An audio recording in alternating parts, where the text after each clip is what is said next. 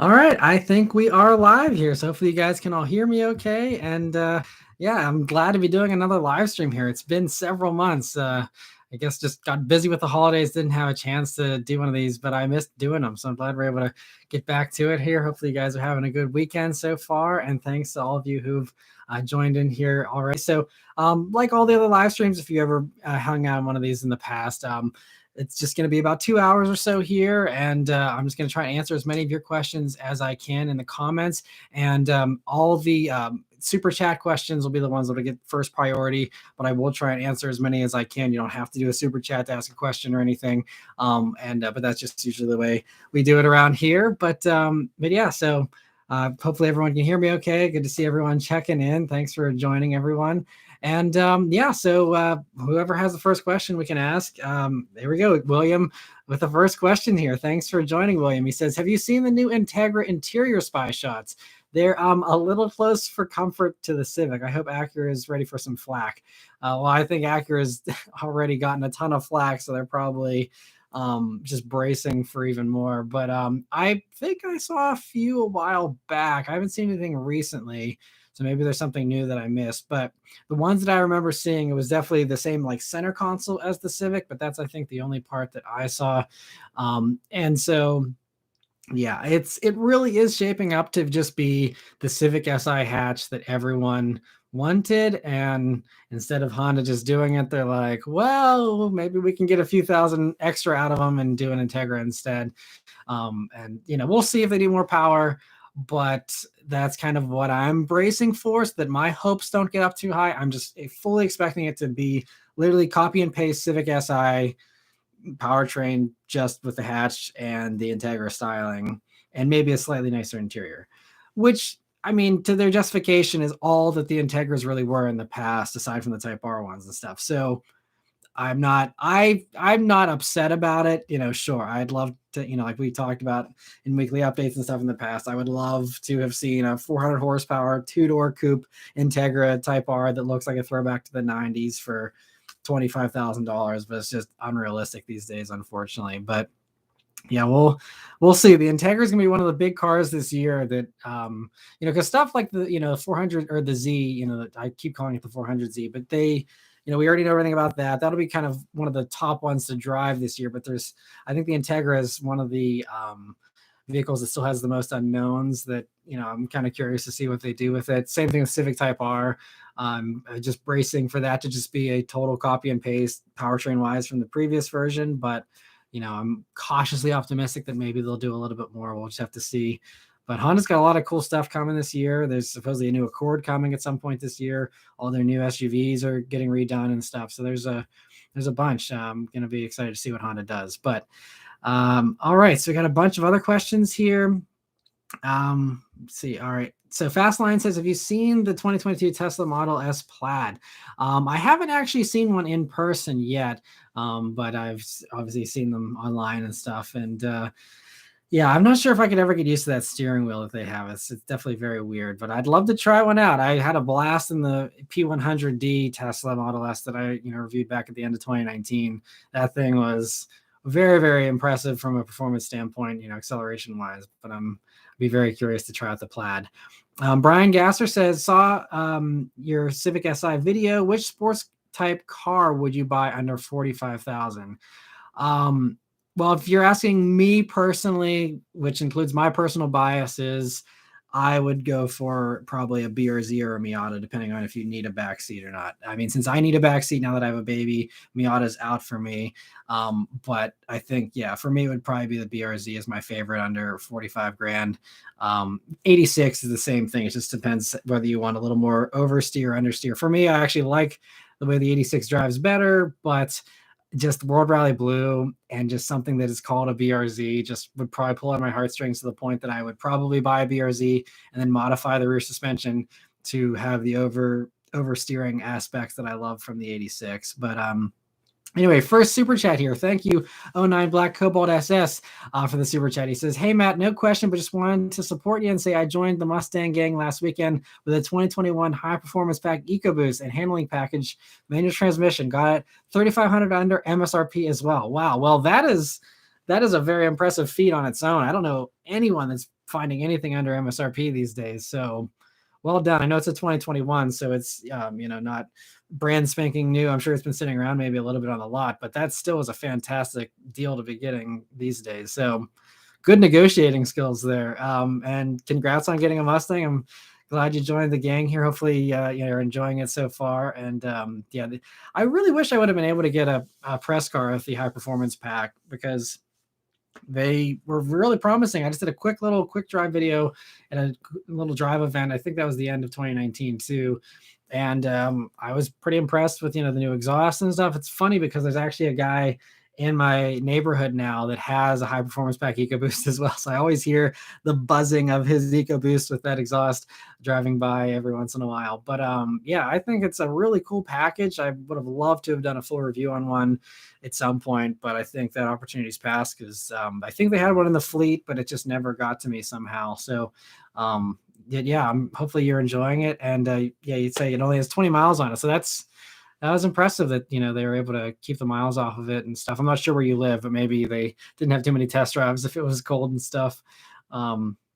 Northern Virginia. Cool. Well, I'd love to try it out. If you're open to letting me review it, I'd love to meet up at some point here this year, hopefully. And so definitely send me an email or something if you're open to that. If not, no pressure. I never ask to review anyone's cars. I always wait for them to offer, because if someone was like, "Hey, can I drive your Bullet?" I'd probably be like, "I don't know about that," which is, I know, very hypocritical. But I'm always very sensitive to that. I never want to, impose on anyone with that. But anyway, I see we got some more Northern Virginia people here, so very cool.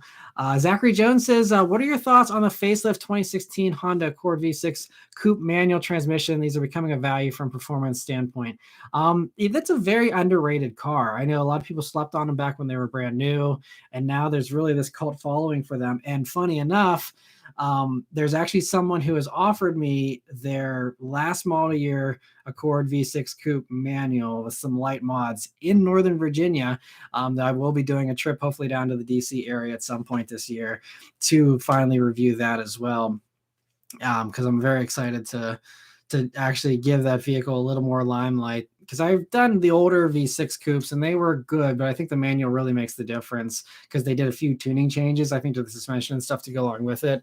And so I think it's a cool car. It just is for those who, again, are okay with something that's a little more grand tour. I know, back in 2016 when those came out, everyone just, I think, viewed them as being kind of soft and not sporty enough. And so therefore, why would you want a manual on something that's a grand tour? But as time has gone on, I feel like there's been this growing appreciation for them. And I think it's great. It's one of those things, the more sporty things out there, the better. I never really poo-poo anything that's performance oriented, because any performance vehicle these days is a gift, in my opinion. So I think they're great. Robert, thank you so much for the super chat. He says, "Hey Matt, looking at buying a clean 2000 Civic Si with 176,000 miles, and the owner wants 9K. Do you think it's a good buy or not? Thanks again, big fan." Thank you again for being a fan, and for the super chat. So I really have no clue as far as pricing for those. That's kind of something, you kind of got to be in the market for.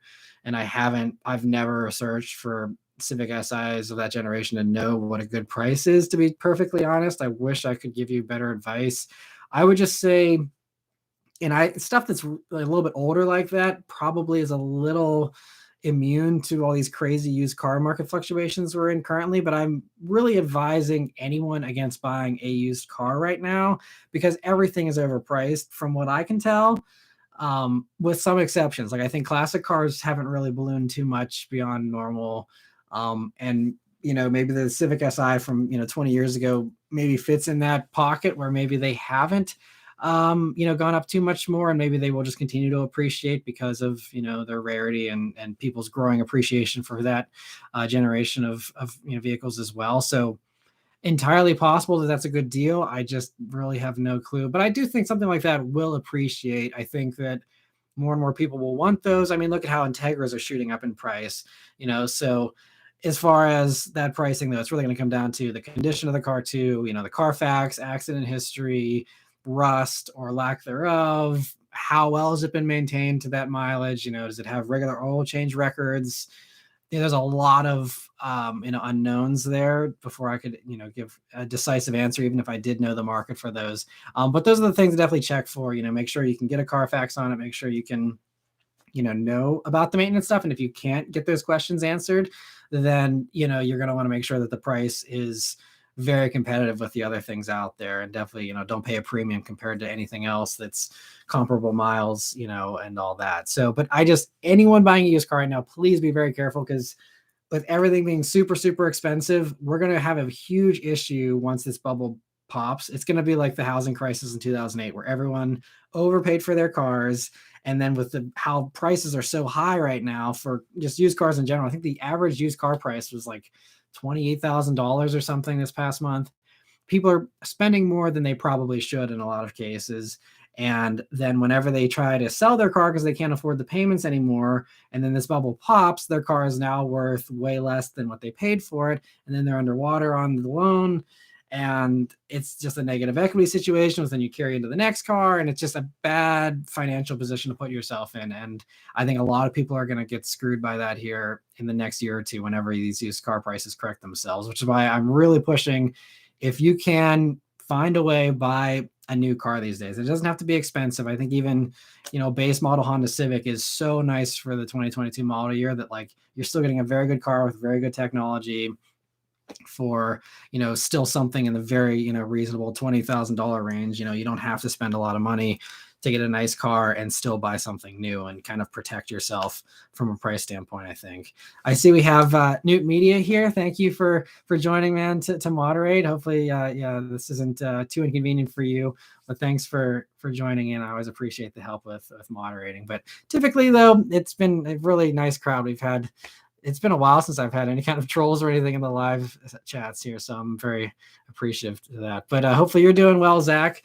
And I am, by the way, while I'm on here, if you want, send me a message. I have a 2022 WRX coming in next week, and they're not going to be at dealerships for a couple more months. So if you'd like to check it out, I can maybe swing by the car store or something and show it to you maybe next week if you want to check it out. But hope you're doing well, man, and thanks again for moderating. Linda, thank you so much for the generous super chat. I really appreciate it. You say, has Beth decided on a car? If so, will there be a video? Here's something for the baby's piggy bank. I'm in Northern Virginia and love my EcoBoost also. Well, that's awesome. Maybe you guys can have a local EcoBoost meet up there in Northern Virginia. But to answer your question, the car situation for Beth is complicated. So I'm still trying to keep it a secret, and I'm just because, one, we aren't still 100% set on what we're going to get. There's still a few variables that, depending on how things shake out, can influence which direction we go. So we aren't locked into one car yet.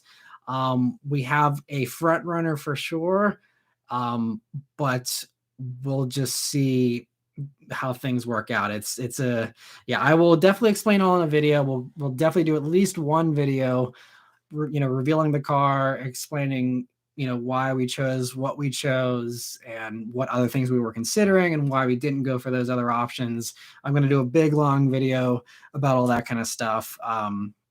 So I will definitely be covering all the unanswered questions, once we're actually able to reveal what it is and all that. But, so we'll have to see, but that should be sometime in the spring. Timing is also kind of up in the air because of the way everything is supply chain wise and stuff, and new cars just being hard to get in general right now for many different models.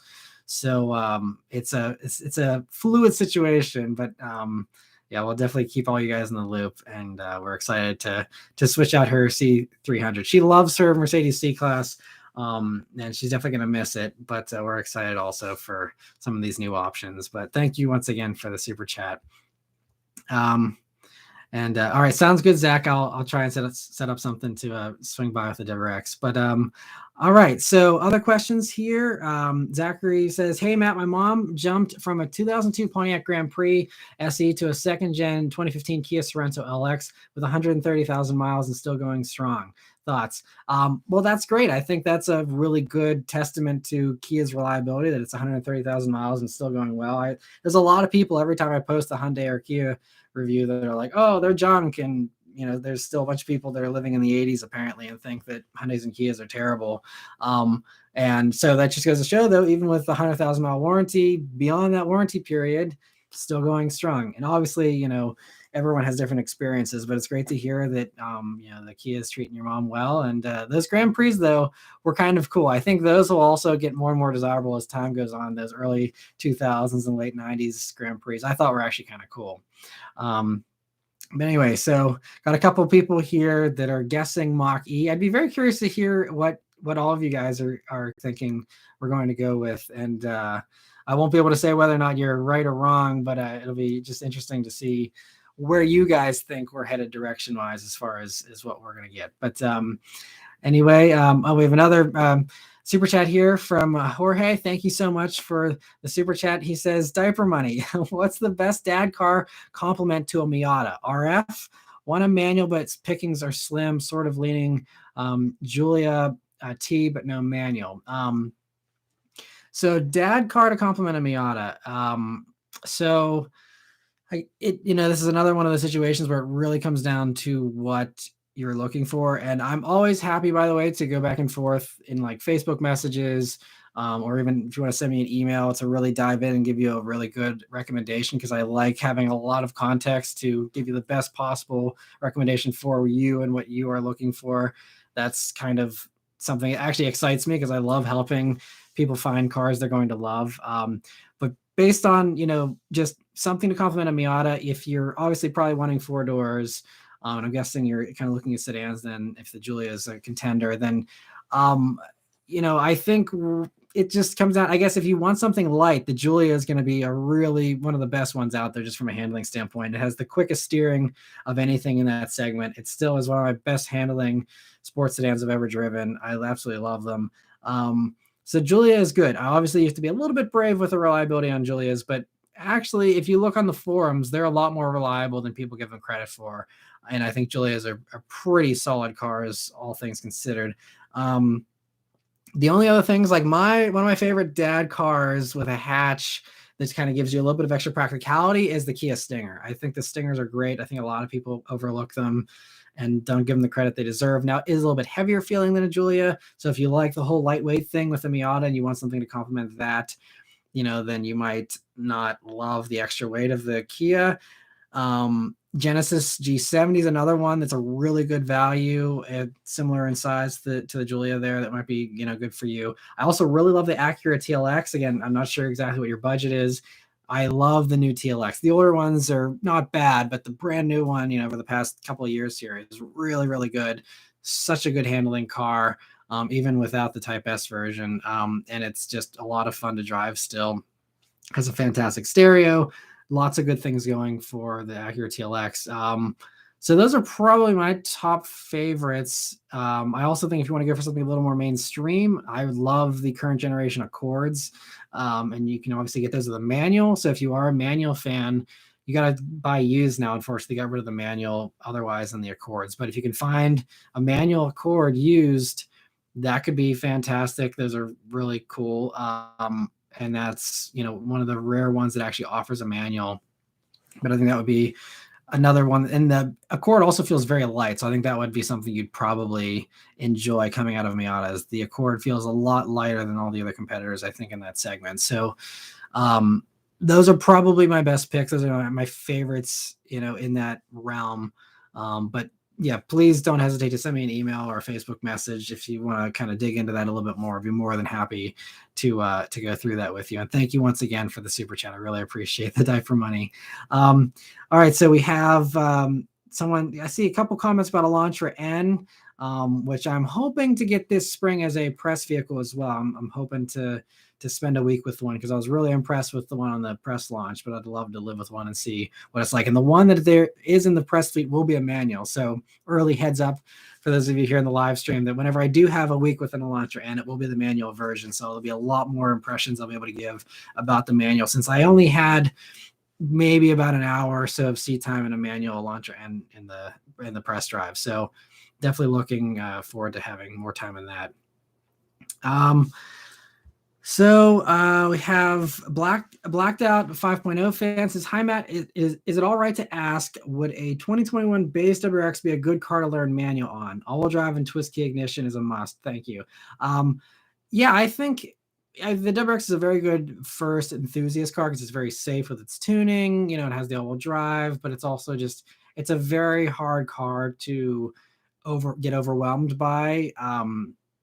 And so, I mean, I think the only thing I don't love though with that generation of WRX is that you do have a little bit of a laggy throttle, and so it is a little trickier from my memory to use the manual in that generation WRX. I do think they improved the WRX a lot with the new gen version, which I believe, I can't remember because I just covered this a couple of months ago. For some reason, I already forgot. I believe you still get a key in the base WRX. I could be wrong. But the 2022s, if you could, go for one of those in a base model, that I think they really cleaned up the inputs in the new WRX with much better throttle response. Clutch is a little bit easier to use. Great shifter still. I think that would even be a little bit better. But if you really are wanting to stick with, the current kind of past generation WRX, I don't think it'd be the best to learn on, but I think it would certainly be better than like my Mustang, for example, which has one of the trickiest clutches in a modern car with that thing. The bullet is still perfect in my eyes, but I do wish that the clutch was a little bit easier to use because you have to really be good at driving a manual to be smooth with the newer Mustangs. But anyway, thank you for the question. And Super Steve says, thinking about buying a full-size SUV, Expedition or Suburban, from the reliability and value standpoint. I would go Suburban just because you still get the V8, which is pretty bulletproof. The Expedition, it seems like those EcoBoost motors are pretty solid as well, but they don't seem as solid as that tried and true V8. So I think that would be an easy choice. I'd go Suburban for sure. If you want to do something V8 though, you could also go for the Jeep Wagoneer now as well, but we'll have to see as far as how those are. I wasn't in love with the glitchiness of the screens in those and stuff. So I think Suburban's probably the best bet still, considering if you're looking for the reliability and the value. I think that's probably the way to go, in my opinion. And so we have Elijah Yard says, looking to trade my 2017 Impreza for a base model two-door Ford Bronco. Thoughts? Well, that will be a big change, but that's, I'm sure, a very fun car. I still have not tried the two-door Broncos, but the four-door one I reviewed a couple of months back was very fun. It's one of those cars that really grows on you. And I'm not an off-road person. I'm not someone who likes really trucks or anything that's lifted and ready to, tackle the world. But the Bronco just was a fun thing to just run around in. And it was, even though I never planned to take it off-road, and I could see myself actually like daily driving a Bronco and having fun with it, which is not me at all, but it's really that much fun and a little bit easier to live with than the Wrangler, which is why the Bronco really grew on me more so than the Wrangler has in all the many years that I've had Wrangler press vehicles. Aside from the 392, that V8 one was just hilarious fun in the best way possible. But aside from that, I think Bronco's a little more fun, and it should be a very cool change if that's something you're looking for. That'll be a huge switch, but that should be a lot of fun. Hopefully you can get a good deal on a Bronco, because I know dealers are just the worst right now with those. So best of luck with that. And anyone who's looking for any new car, by the way, I've really been trying to tell people, and this is something I've done many times, but I would highly recommend traveling. Be willing to travel. A lot of people are like, oh, I want, this rare performance car, but the dealer 3 miles down the road doesn't have it. Guess I won't buy it. Bye. And it's like, if you really want something, like go. I mean, I drove 4 hours to get the Bullet just to get a good deal on it. I drove 7 hours to get my previous Mustang GT because it had the right color combination that I wanted. And, I've done road trips, and I think it's worth it. It's also a lot of fun because you get to drive home on a road trip in your brand new car, and it's kind of the best of both worlds. So I implore people, if you're looking for something unique, don't give up. Don't just be like, well, can't find it in my town, guess I'm not going to get that car. Like, search it out. It's worth the effort. It's worth, especially these days with the internet. It's so easy.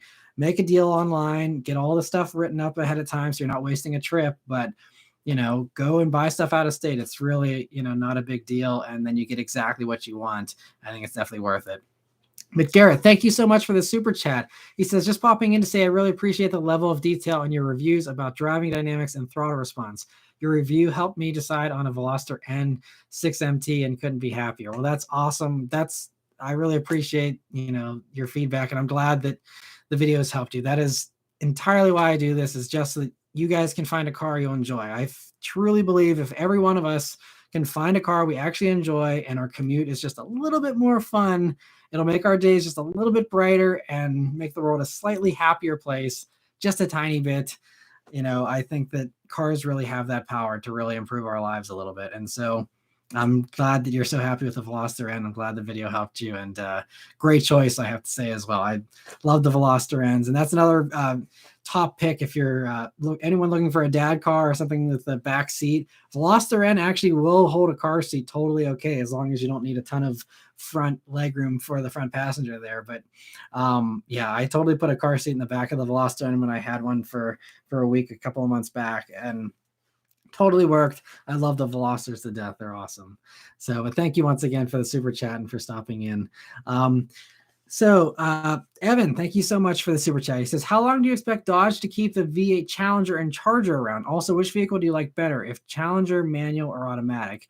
And so thank you. I really appreciate the super chat. As for your question, I believe there was, I think, it was in a weekly update I covered a couple of months back. I'm pretty sure it's like 2024 is when the V8 will potentially go away. They kind of the Dodge's CEO kind of said it was going away, and then was like, no, it's not actually going away, but it is. And it's kind of this back and forth thing. But I know that the union contracts end, I believe, in 2023 calendar year, and that the 2024 model year could be the very last one for at least Hellcats. I don't know about the other V8s. They might be able to stick around, in some form, because we know the V8 is going to stick around in the Ram and stuff probably beyond, the next few years. So there will be V8 powered Mopar stuff still beyond that time. But I think, it depends on your situation, but if you really are wanting a V8 Challenger or Charger, this is the time to act. Get it in the next couple of years here, and hold on to it, because they're definitely not going to be around much longer. And we do know that I think 2024 is when they're going to start production of the electric e-muscle thing or whatever, and that is going to be the new performance push for them. There's talks that the next generation Charger and Challenger will have a inline 6 turbo motor with hybridization, and that could do almost 500 horsepower for a new SRT kind of model. But it's not going to be a V8. It'll be faster, but it's not going to be a V8. So that's kind of what you should expect here, in the next generation of those vehicles. So they might keep a V8 around for a very limited kind of thing, but basically assume it's going to be 6-cylinder turbos in the future. So get the V8s while you can, for sure. But thank you so much for the super chat. As far as the last little question there about which one do I like better, it really comes down to style. I like the Challenger just because I love the retro thing, and I don't really necessarily need 4 doors in a fun car. But if you're looking for a good all-around car, Charger obviously gives you all the fun of the Challenger just with the 4 doors. But if it were me, I'd totally be rocking a Challenger. And the manual is okay, but the manual isn't a great manual experience, honestly, in the Challenger. So I honestly think to get the most fun Challenger, I would go for the automatic, because it's the ZF 8-speed, which is fantastic. And so I would actually do an automatic Challenger if I were doing it. My only other little thing, I don't know how much you care about safety, but one of the things that would actually one of the reasons why I never would own a Challenger is because the crash tests are not great for the small overlap. It's if you watch the small overlap crash test, it's don't know how often I'd want to drive a Challenger personally. They're awesome, awesome cars, but I'm too paranoid when it comes to safety stuff that I'm just not a fan of it. So I love them to death, but I just really wish they would have improved the safety over the past 10 years of them being on the market. Anyway, but thank you again for the super chat. We got a couple more here. That Washington, thank you so much for stopping by and for the super chat. He says, with the advent of vehicles like the Ford Maverick and the Santa Cruz gaining popularity in the US, do you think Subaru should resurrect the Baja? Absolutely. I don't know why they haven't. And I think I can't remember, but I've been on, I was on the BRZ press event and the WX one, and I was talking with, a bunch of the product planners at Subaru and stuff like that about other things. And as far as I think the Baja came up at some point, not as something they brought up, but something that one of the other journalists brought up. But I mean, if they, are, unless they're living under a rock, they should know that a new Baja is something they got to be considering it. I don't know if they ever will do it because Subaru's a little more conservative and kind of, I don't know. They just seem to not do the things everyone wants them to do, like a WX hatch.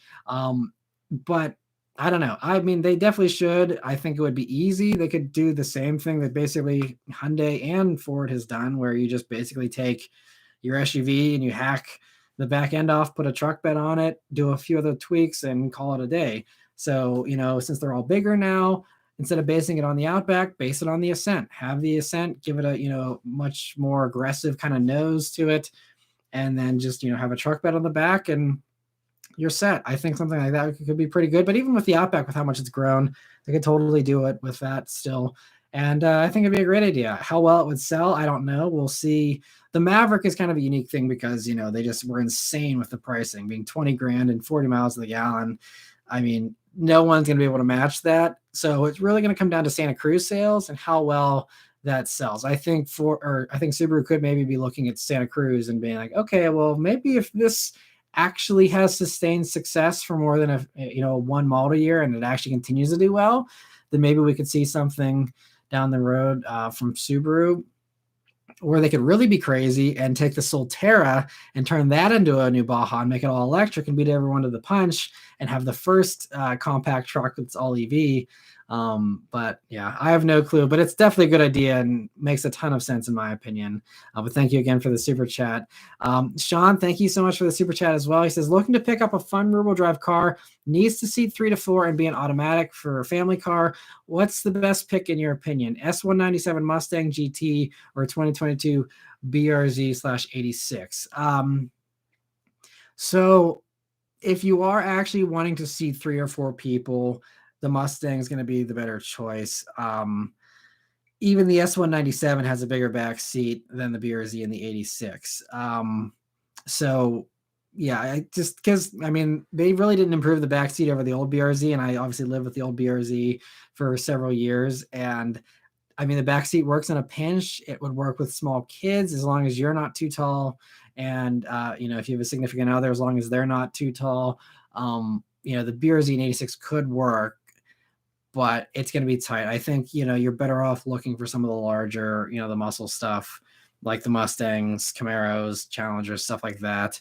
As far as having just a little bit more space, so it's a little more practical. As far as fun goes, I would say, they're very different beasts. You have one that's super light, small, little compact thing. And then the Mustangs, especially the S197, were a little bit on the floatier side.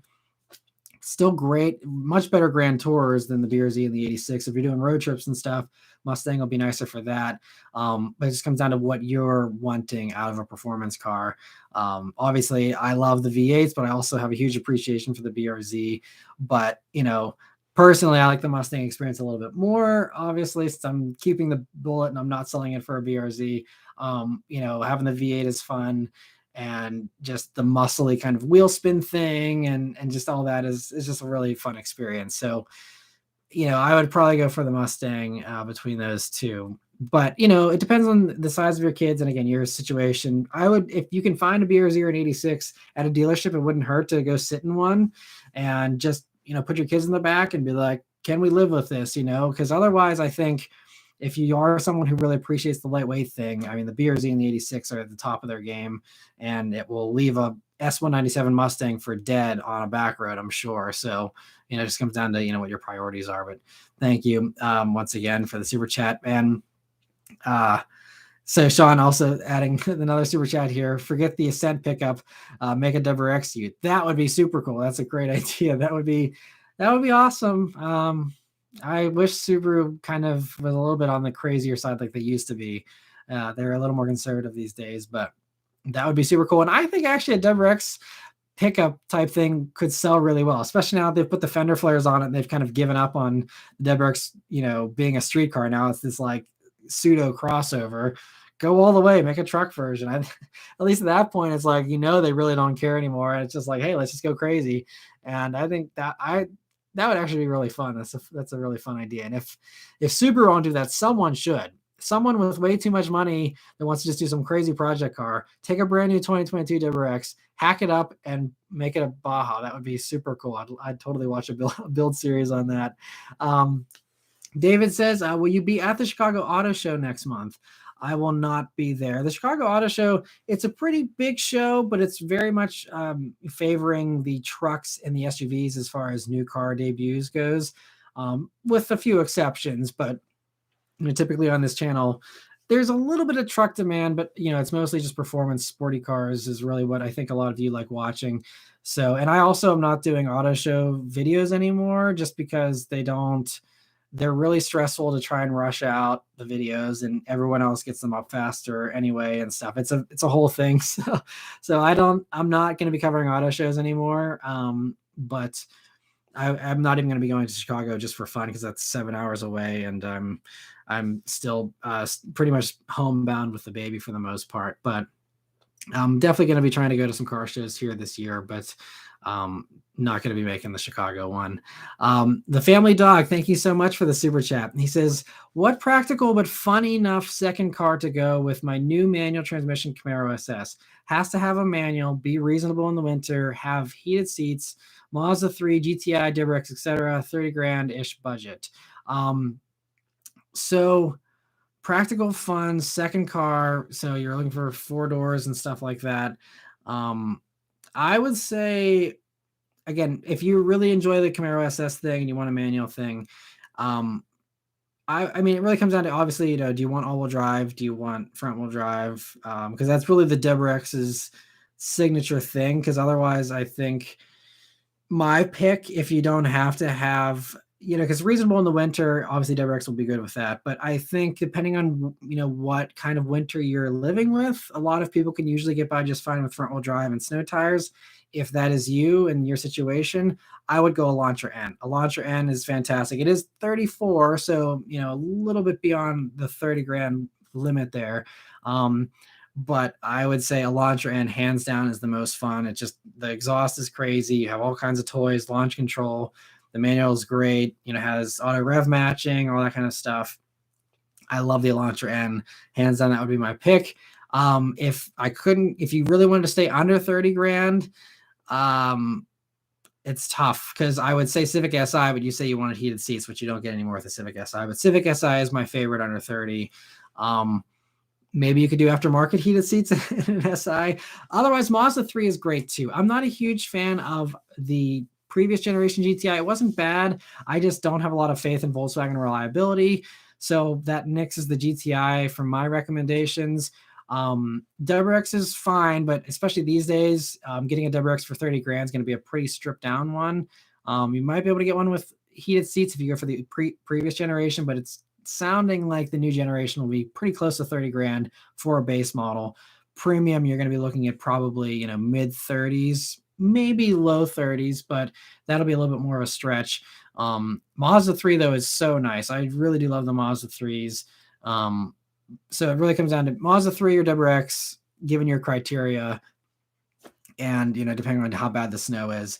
WRX is great. I just think that I wish the exhaust was a little bit louder. I think just could be a little bit more exciting than it is. But I'm, again, very curious to spend an entire week with one here next week and really get a good feel for it beyond just the press drive, which was very impressive. I did really love the new WRX.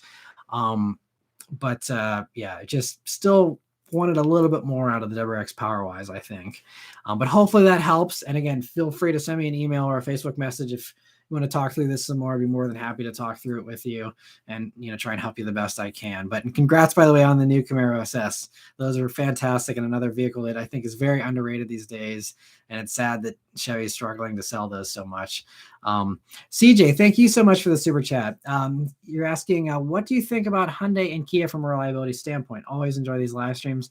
Thank you for joining them and for the super chat again. I think Hyundai and Kia are great. I think that they've come a long way in every way, not only just with reliability, but also with, just, I mean, they're putting out some of the most impressive interiors these days. They're putting out some of the best performance vehicles these days from a value standpoint. And just even when you throw the price out the window, regardless of what the launcher end costs, it still is. I had more fun in that than I did in the $45,000 Golf R, and it's $34,000. It's $11,000 cheaper for way more fun. I just think they're doing so well, and I mean that extends the Genesis as well. I think they're all solid from a reliability standpoint. I think Hyundai and Kia would go bankrupt if they had 10-year warranties on cars that blew up at, before the 10-year mark. So I think, if you're keeping it beyond 10 years, yeah, you're probably better off maybe getting a Toyota just to, have the most bulletproof reliability possible. I don't think they're as good as Toyota yet, reliability wise, but I think that, you have that 10-year warranty to give you that peace of mind. And that just goes to show they're putting their money where their mouth is with reliability. They're willing to stand behind their product, for 10 years. So yeah, I would have no problems owning a Hyundai or a Kia or a Genesis model, because I think that they're really solid cars these days. So thank you again for the super chat. Kyle, thank you so much for the super chat. He says, hey, Matt, will you be getting into the electric car market for your next vehicle, or will you stick to gas engines? Any vehicles you're thinking of as your next vehicle? So someone else asked this a little bit ago. We're still keeping the next vehicle surprise, and that includes, what we're going for, because there's still multiple options. I guess I can say that all the options, there's several different options. Some of them are electric, some are gas. There's a bunch of different ones that we're still considering. There's a few different variables that will decide what we end up getting. It's a very fluid situation still currently, which is also why we're not saying anything, because I'm not even sure 100% what we're getting yet. So it's just going to come down to how things play out here for the next few months. But we will be doing a video on, once we do know what we're getting, we'll do a video on why we picked what we picked, what other ones we were considering, why we didn't go for those other vehicles, and why we picked what we picked. And I'll give all the justifications and kind of talk through it. And Beth will probably join as well to give her thoughts on stuff, because it is still kind of, it's going to be our family car, but it is still going to kind of be like her only car that she can drive, since she can't really drive a stick very well. She doesn't drive the Bullet. So it'll be her only car to drive. So, she has a lot of say as far as, what we're going to be getting as well. So we'll kind of both talk through it all. And so that'll hopefully be sometime spring, probably late spring, early summer, depending on how things play out again, because there's several different vehicles that are hard to get right now. So it's just going to come down to how it all plays out. But anyway, thank you again for the super chat. I wish I could give more direct answers to you, but it will come here, and it'll be very interesting to see how it all plays out. I'm very curious myself. And Callie Ben 63, thank you so much for the super chat. You're asking, on a more boring note, I drove a RAV4 hybrid today and really enjoyed it. Super comfortable, roomy, and efficient. Hey, there's nothing wrong with them. I mean, Toyota sells 400,000 RAV4s a year or whatever it is. It's I think the best-selling vehicle outside of the F-150. Clearly, they're doing something right. My sister-in-law has a RAV4. It's not a hybrid, but she absolutely loves hers, and her lease is actually going to be up soon, and she's considering a hybrid to upgrade to for her next one, because she enjoys it that much and, is considering sticking with it. The only thing with the hybrids is I still don't love the CVT kind of thing. It's not a CVT, it's like a direct drive thing, but it feels like a CVT, and it's not super direct all the time with the powertrain in those. For me going for a RAV4, I love the Prime. I know they're a lot harder to get and more expensive, but the RAV4 Prime is fantastic. So much fun, and just a really good usable plug-in hybrid, which is something we haven't been able to say about most other plug-in hybrids. But like the RAV4 Prime, you can be in fully electric mode and merge onto the highway and have plenty of power to, scoot down an on-ramp. You have enough electric range to drive, 42 miles or whatever every day, all on electricity. It just, if Toyota would actually build enough of them, I think it could actually be the car that really kind of changes the world from an emission standpoint. If everyone that bought a RAV4 Prime instead, and all those people were able to do 42 miles of electric driving every day, I think that could really be a nice stepping stone, into this electric transition we're going into, where those people will have the gas engines, they can drive across the country and back at the drop of a hat if that's something they feel like they need to be prepared to do, but yet you still have that electric component that's more than enough for most people's driving every day. So I think the RAV4 is a great SUV, and so nothing wrong with liking a RAV4. And thank you so much for the super chat.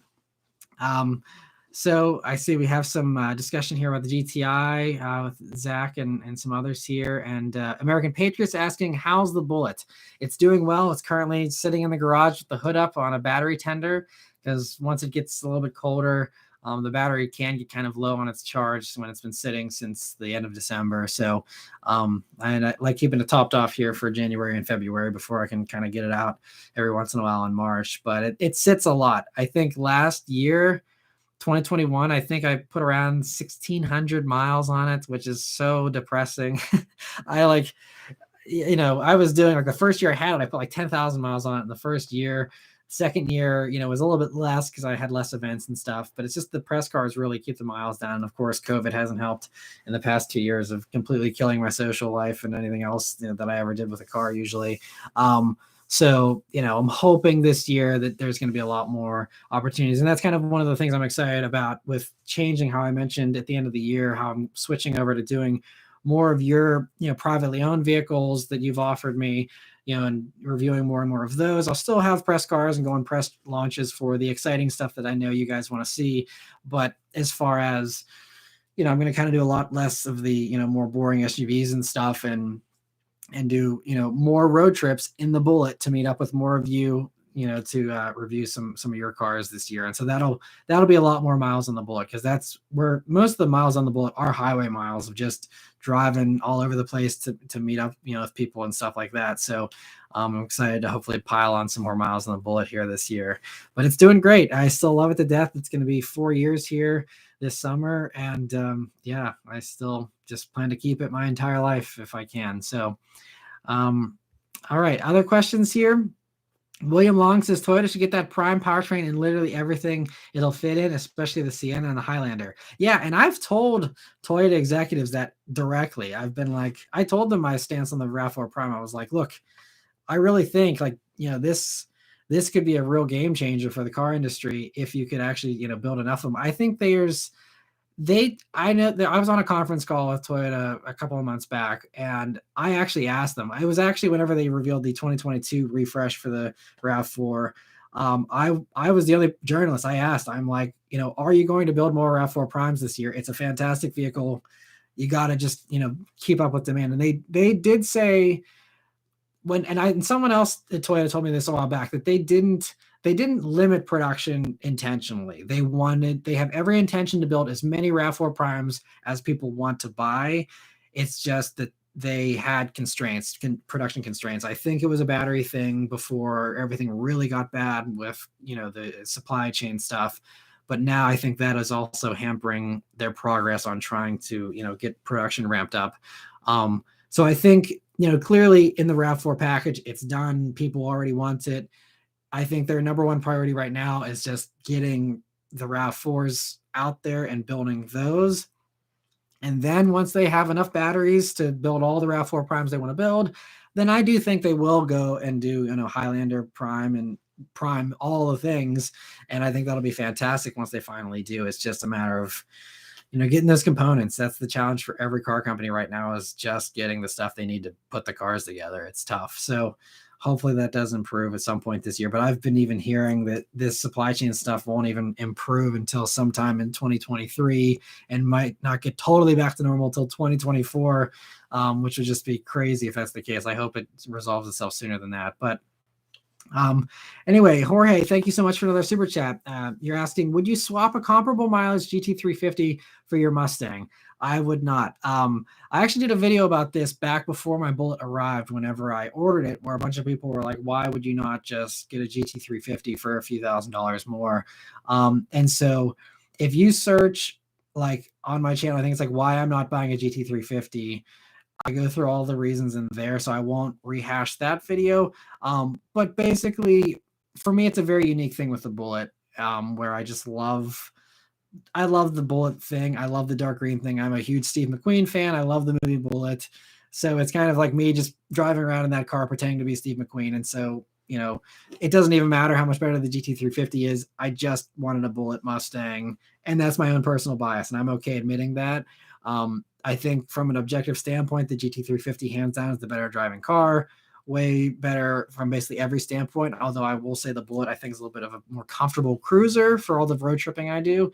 My other thing with the GT350 was that those motors were popping left and right. And as someone who is I get very paranoid about reliability with cars if they're not super solid.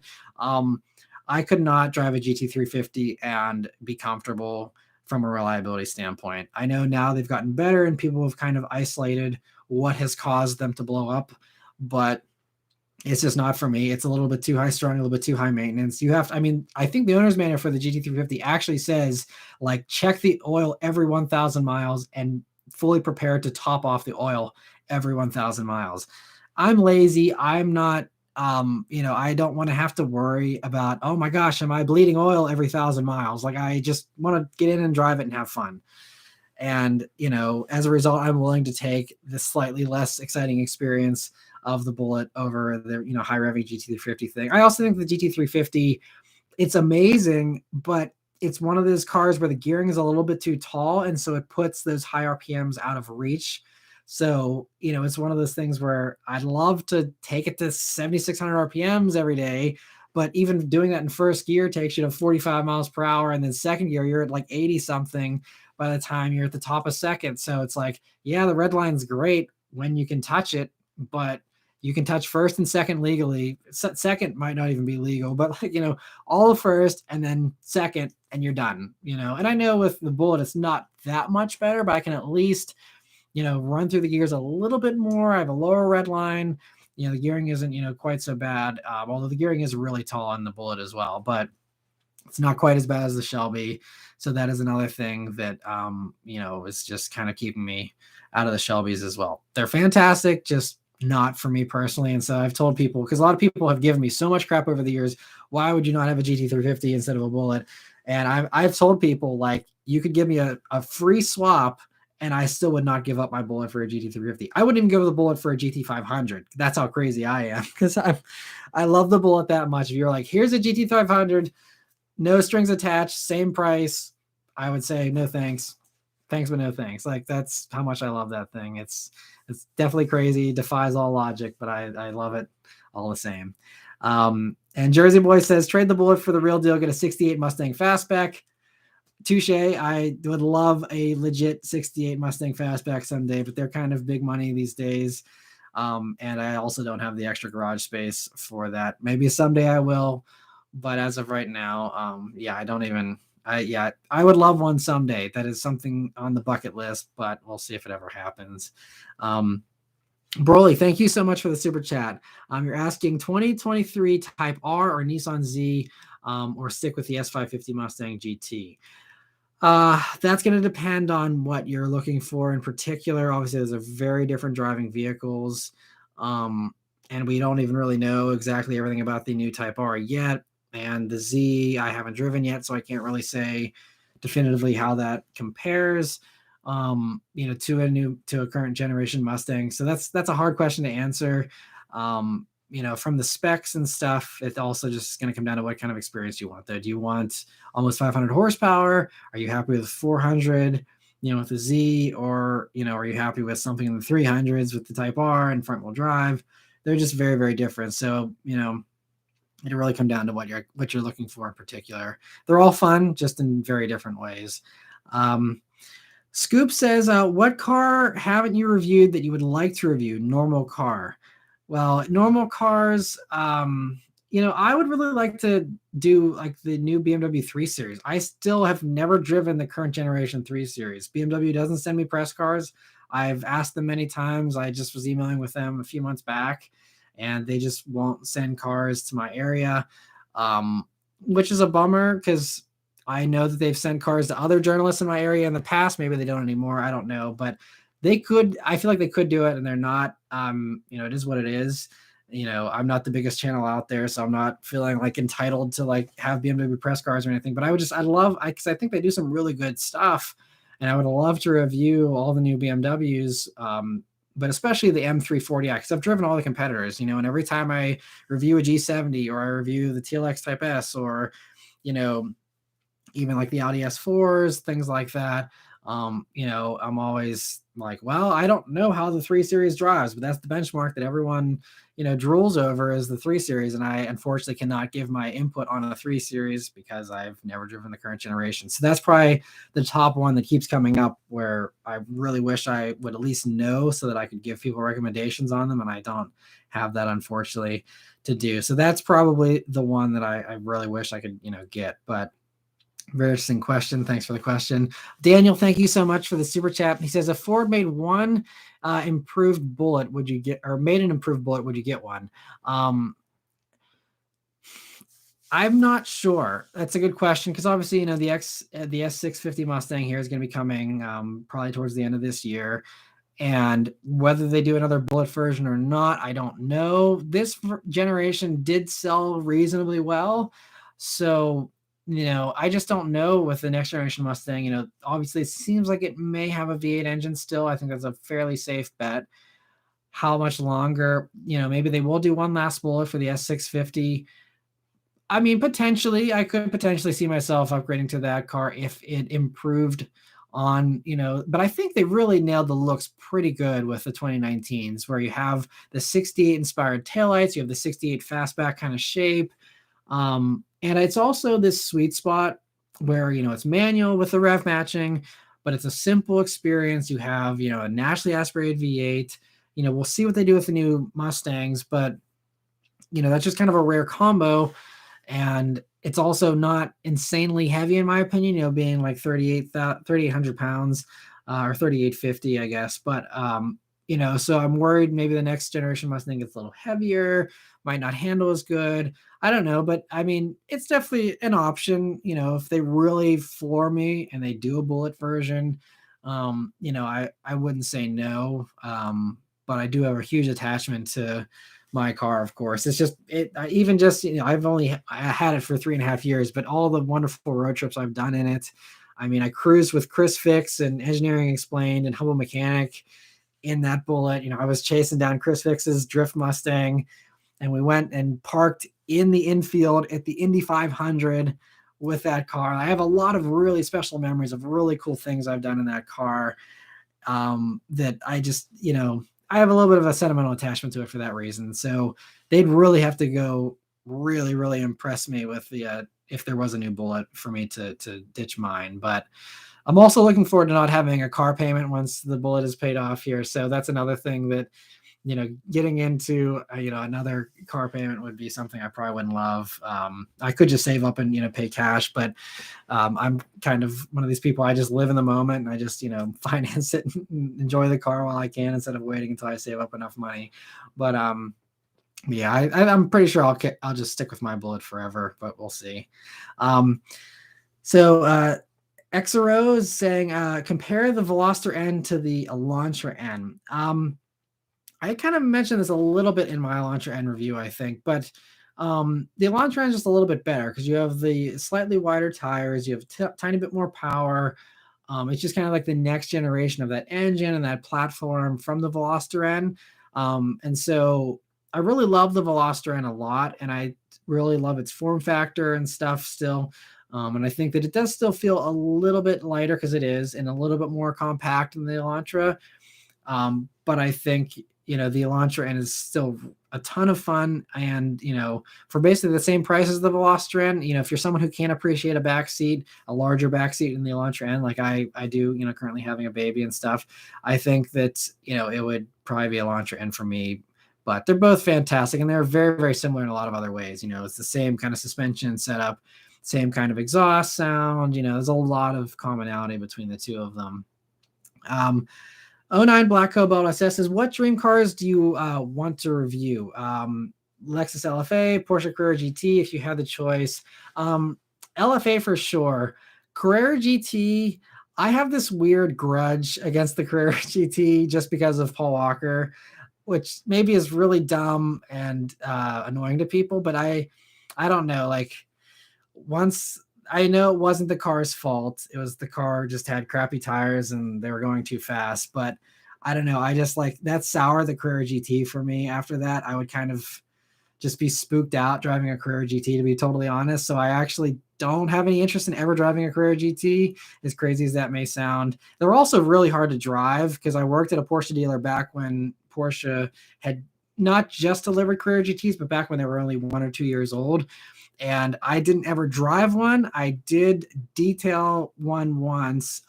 So I was, up close in one and sat in one and stuff. But the clutch is super hard from what I've heard in the Carrera GT, that it's super heavy, super tricky, and that they're also very tricky handling cars. If you go back and read the original reviews of the Carrera GT, it was like it had kind of like a snap oversteer kind of situation. It was kind of hard to drive fast and kind of scary to drive fast.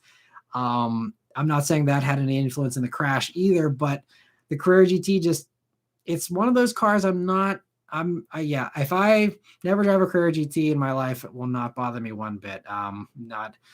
Not too into those, to be totally honest.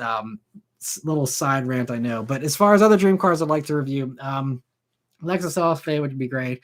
For me, I'm a huge Ferrari fan. I'd love to do basically any modern Ferrari or old Ferrari, any Ferrari, I would gladly review.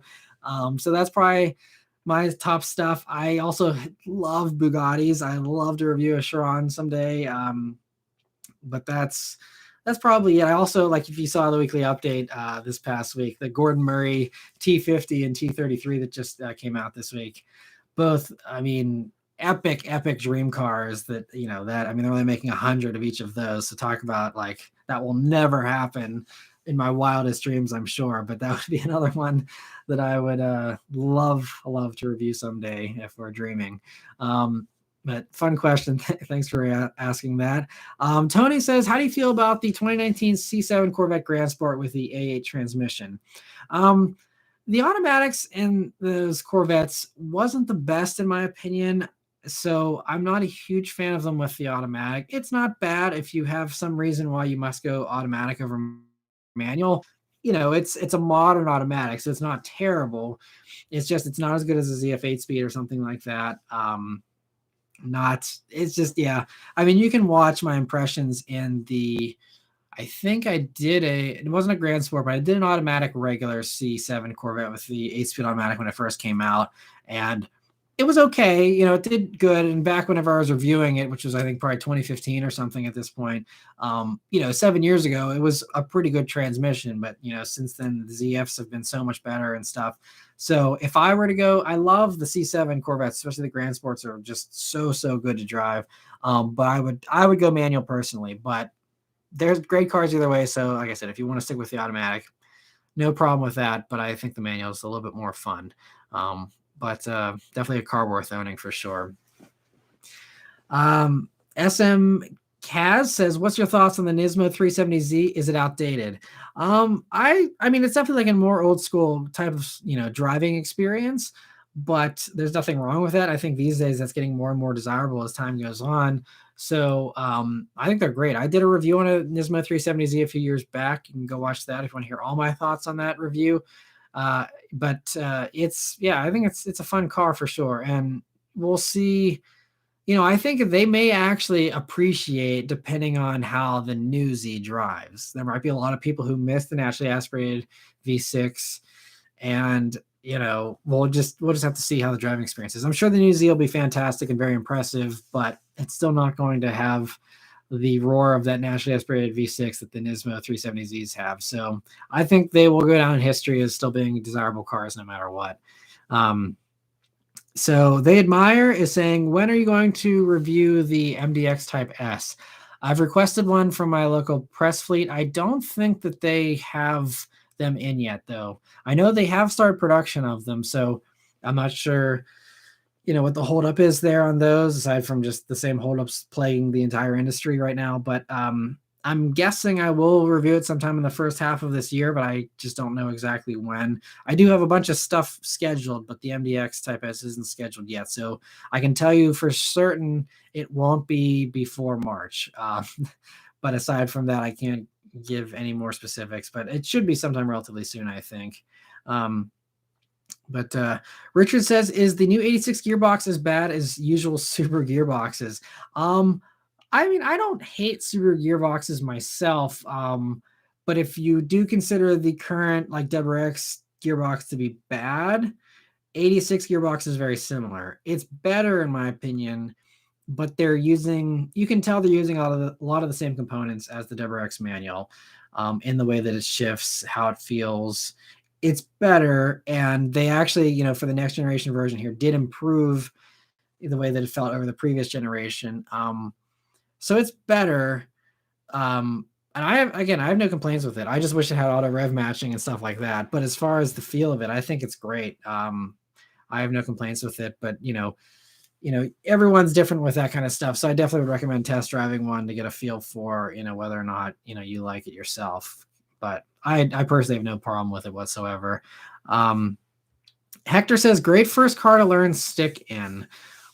I think a really good car is the last naturally aspirated Civic Si. I think that's a really perfect first car for an enthusiast because it's front wheel drive. The clutch is nice and light. It's very easy. You have a very responsive, naturally aspirated motor. And it's also a car that it's kind of hard to get in trouble with because you don't have a ton of torque. So you really got to work for the power. And it's also so much fun to rev out that, you know, the last of those old school VTEC, Civic SIs, with that high revving motor. I think that that's probably one of my favorite cars for a new driver to learn stick in.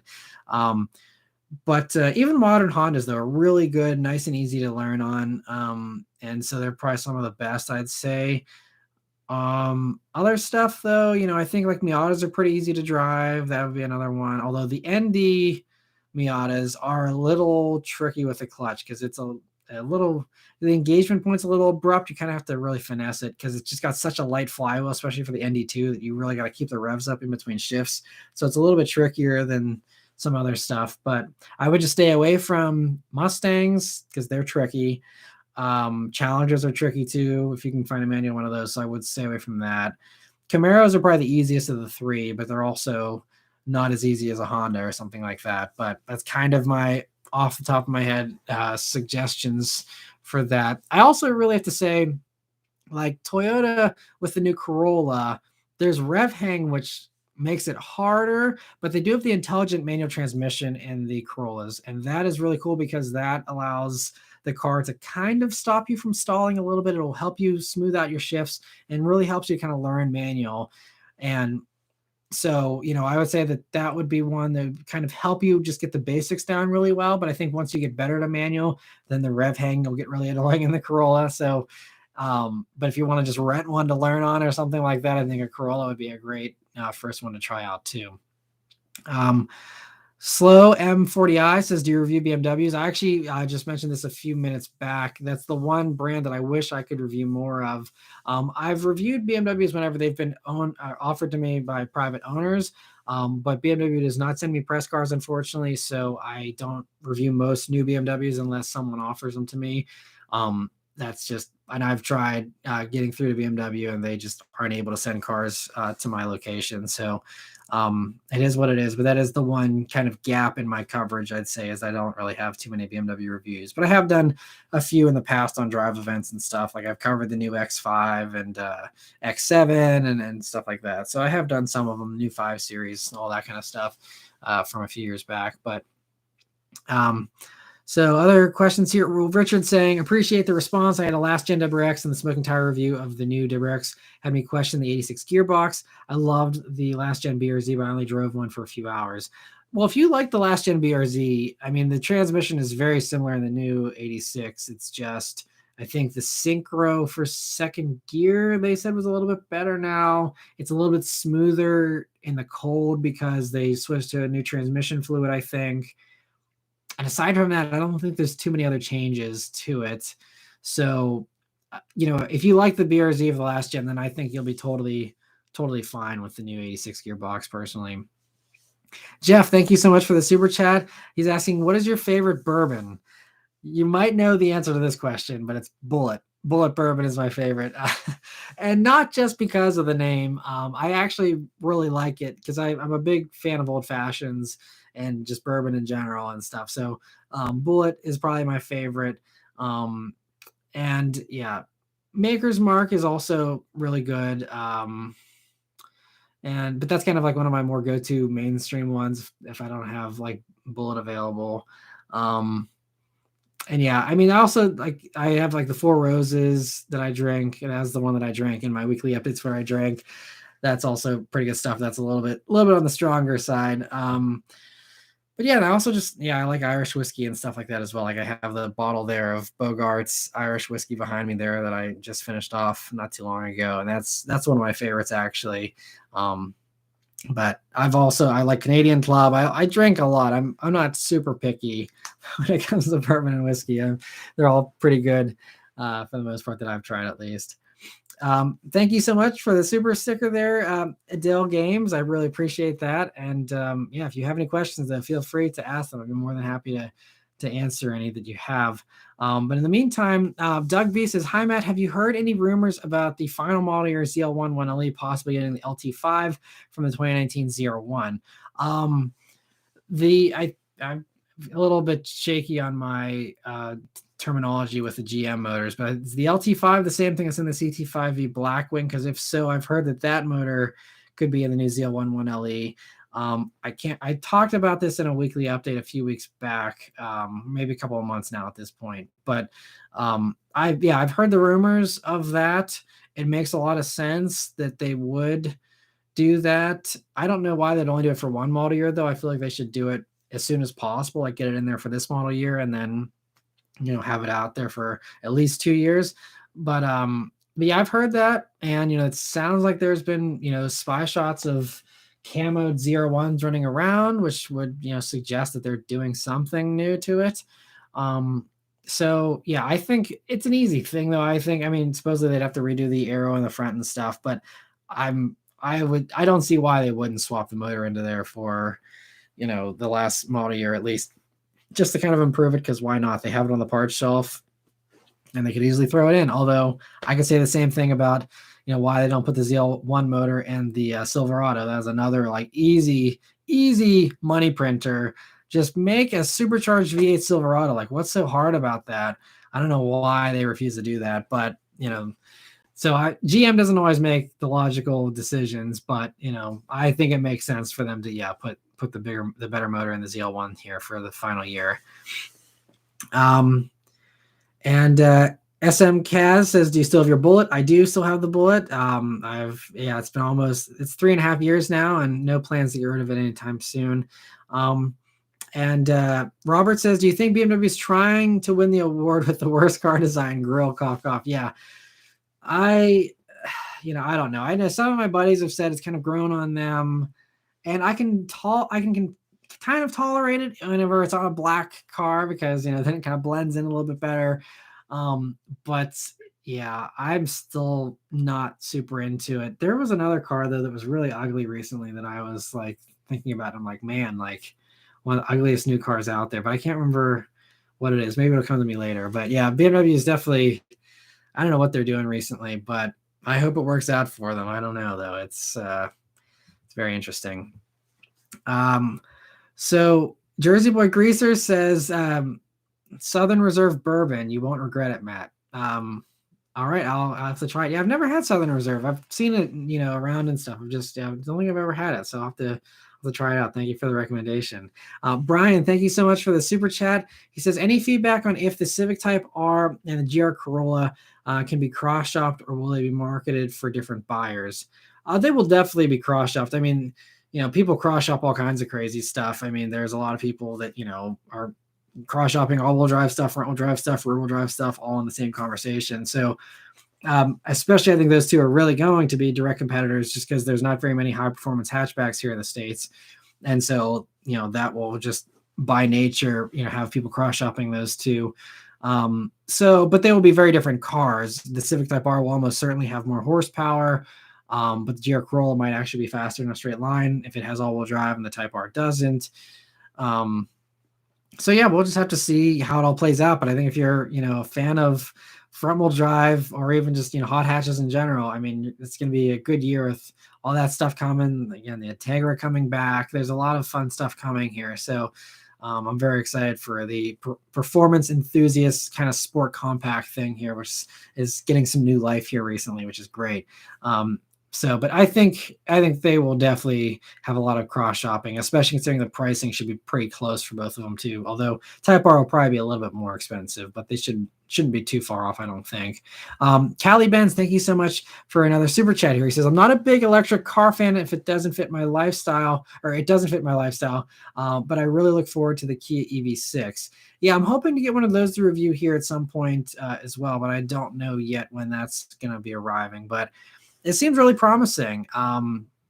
So I really love the Ioniq 5. If you saw my review on that here last week, and that's, the same bones, same, mechanicals and stuff. So I'm fully prepared to have the EV6 be very impressive as well, especially the GT version. I'm excited to try that one out too. But I think the EV6 is pretty cool. Although I do have to say I like the styling on the Ioniq a little bit better. I think it's kind of cool with the retro thing, but I know that's totally subjective, personal taste kind of stuff. But EV6 should be a great EV for sure. Lyndall, thank you so much for another super chat here. She's asking thoughts on the Prius Prime versus the RAV4 Prime. I don't need a large car. Well, I think the RAV4 Prime is just a much better Prime because it has the much bigger battery. It's more powerful, all that kind of stuff. The Prius Prime is really geared to just be all about efficiency, whereas the RAV4 Prime, they kind of gave it a little bit more of a performance spin on the efficiency thing, while still, again, giving you even more electric range than the Prius Prime. But I think it really comes down to how, again, obviously what you're looking for in particular, but if you're someone who is going to burn through that electric range quickly beyond 42 miles every day, then I think the Prius Prime will probably save you a little bit of money in the long run, because once you are on that gas engine, you'll get much better efficiency with the Prius's setup versus the RAV4 setup. And so that's going to, definitely be a lot better as far as efficiency goes. But personally, hands down, I would take a RAV4 Prime. Way more fun with the extra power, way better electric car experience.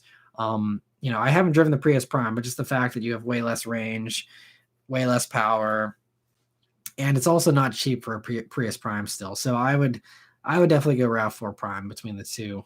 So that's my thought on that. Thank you again for the super chat. Adil Games, thank you so much for the very generous super sticker. I really appreciate it. Again, I haven't seen any questions, but I really appreciate the super stickers. And if there's any questions you have, please feel free to ask them, and I'll try and pick them out here in the comments. But I really appreciate the super stickers. Alan C. Records says, hi, Matt. I just bought a 2009 Bullet with 46,000 original miles. Also has the 1,000 shaker sound system. Love it. That's awesome. I still love that generation of Bullet as well. And if you watched my review on the straight piped one that I did a few years back, that was a very funny reaction too, because that thing was so loud and it was hilarious fun. And I love that generation of Bullets still. And it's funny because I actually came close to buying one of those generation Bullets back in, I guess it actually would have been like 2008 or 2009. The dealership that I worked at got one traded in, and someone else snatched it up really quick, because otherwise I was strongly considering it. Back then, I really did need all-wheel drive, though, so that's kind of why I kind of stuck with the Subarus, and I had my Legacy GT at that time. But I still desperately wanted a Bullet even back then. And so, yeah, if I could have a huge garage and have tons and tons of cars and tons of money, I wouldn't mind picking up one of those generation Bullets as well, just because I think the looks on them are the most retro. I love the retro looking gauges on them and stuff. They're just so cool. So congrats on the purchase. I'm glad you're loving it. Sean is asking, do you think the new WRX CVT is marketing hype or actual performance oriented? So as far as the CVT, I can't say until I drive it. They're very excited about it at Subaru. They're really convinced it's really, really good. They've supposedly made the shifts really, really quick. I just, I don't know. They are going to have a separate drive program for the CVT WRXs because they just were behind with production for those. So they weren't able to have them at the drive event that I was at back in December. So I'm guessing I will go on the CVT version launch, depending on how it works out, scheduling wise and stuff. But, um, I would like to answer that question and find out for myself too, if it's actually good. I would love to be proven wrong, but I'm going to be a little bit, cautious about it and just a little apprehensive of it because it is still a CVT. And if it was like the Corolla CVT where it had a real first gear and then a CVT thing, I could see something like that being like, okay, this is performance oriented. You can have a nice hard normal launch, hold that first gear and stuff. And I know you can do the paddle shifters with the CVT, but the CVT only mimics those 8 gears, I believe, in the Subaru if you're in that manual mode. Otherwise, it's all over the place. And if you've watched my Subaru reviews, you know that CVT is really imprecise and all over the place. So it's not a great experience. You can get used to it, just like you can get used to anything, but just not the best there. But yeah, we'll see. The jury is still out on that one. So I see Adele Games says, "Are you okay with my question?" I don't see a question here though, so I'm still. If you can ask it again, I will gladly answer, but I'm trying to scroll through. I don't see your question here in the comments. Oh, I got it. I think. Hyundai Elantra and Veloster and Kona, which are better? Hopefully that was the one you were asking about. Sorry, I missed that earlier. So between those three, so in my review of the Kona, and if you saw that, I definitely think the Kona is the least performance oriented of the three. It's a lot more top heavy, really likes to sway around. And honestly, I was kind of surprised. I thought it would handle better than it actually did. Kona N is fun though. If you really do want the SUV thing, it is what it is. I was a little, hoping for a little bit more, I think, out of the Kona N handling wise, but it still was fun, still great if that's what you need. But definitely I would go for either Veloster or Elantra. Just comes down to, I guess whether you need 4 doors or if you're okay with the 3-door thing with the Veloster. I think the Veloster, is a little bit lighter feeling, a little bit more tossable than the Elantra N, but the Elantra N has a slightly wider tires, slightly more powerful engine and stuff. So if it were me, I would go Elantra N, but Veloster N would be a close second, and you definitely can't go wrong with those two for sure. But even Kona N is a ton of fun as long as you don't want the absolute best handling. So we have Trent's asking thoughts on the Trailblazer RS. So I believe I think I had a Trailblazer, but it wasn't the RS. But it was, I think I had that one about a year and a half ago now. Trailblazer, not in love with. I'm guessing you're talking about the new one and not the old one. Because I don't think there's the SS Trailblazer of the old ones. But anyway, new Trailblazer, not a big fan of. It's, in that subcompact crossover segment, there's so many options these days.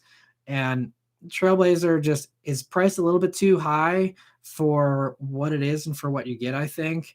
And I kind of talk about all this stuff in the reviews, both for the interior review and the driving review, but it's kind of expensive. The engine's a little peaky, paired up with that 9-speed automatic and stuff. It's not a great experience. I think there's others that do it better in the subcompact crossover segment. So it wouldn't be my pick. If you're able to get a killer deal on one though, and you're getting it for way less than the competitors, then it's not a bad car, I think. For that segment, again, relatively speaking, but they're kind of expensive. And I think the one that I had as a press car was like around 30,000.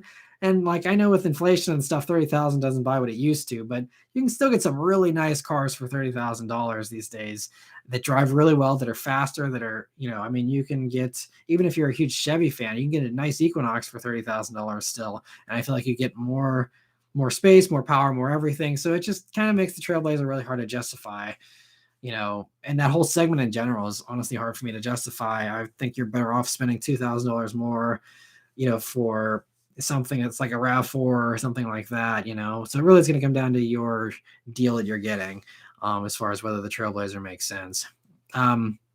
Snowman's asking, why don't you have a join thing on your channel? I'm sure there are people who would pay a few bucks a month to support the channel.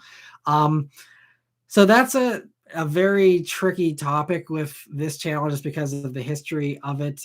So way back in 2014, for those of you who are newer to the channel, I did a Fund Anything campaign to fundraise some money, because it's a long story, but basically the car that I had was a Mini Cooper S, was falling apart.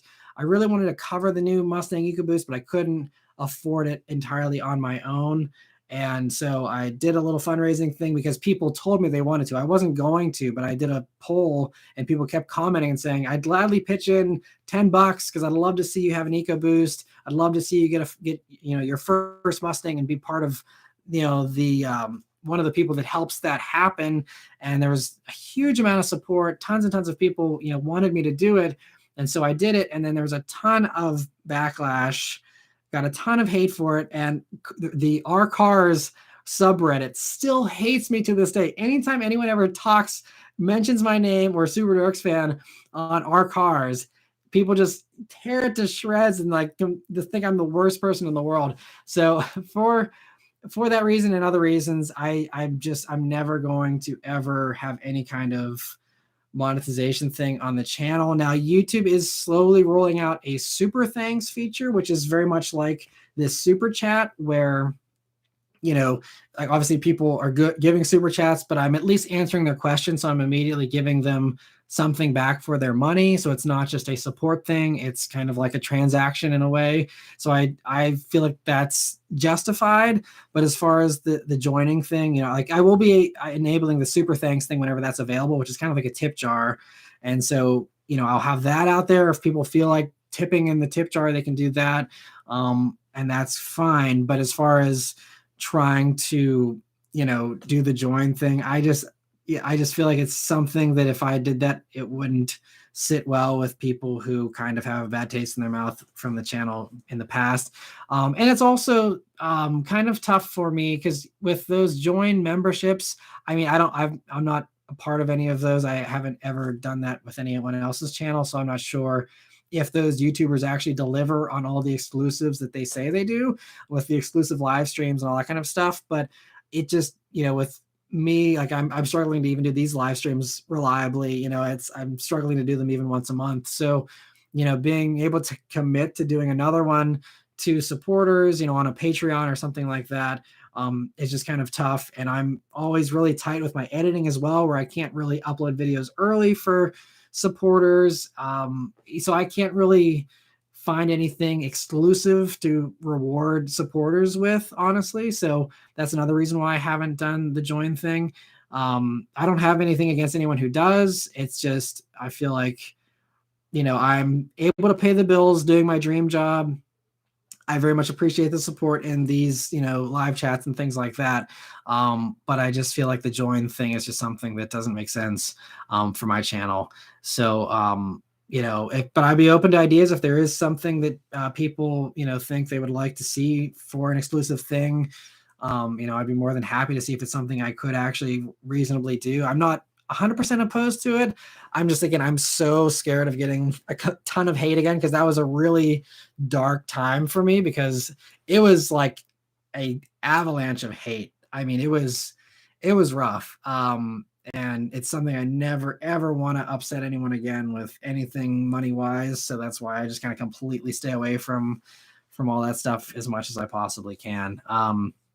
So yeah, but very interesting question. And I know that makes a lot of sense. I know a lot of the other car review channels do have that kind of stuff. And so, yeah, I'm glad I was able to address that. So thank you for asking the question. The one, Kea says, good afternoon, Mr. Maran. If you haven't discussed it yet, were you or anyone affected by the bridge collapse? What's your personal perception of the infrastructure in your neighborhood? So, yeah, I thankfully did not know anyone affected by that. Anyone who kind of missed that in the news, there was a bridge here in Pittsburgh that collapsed and it made national news yesterday.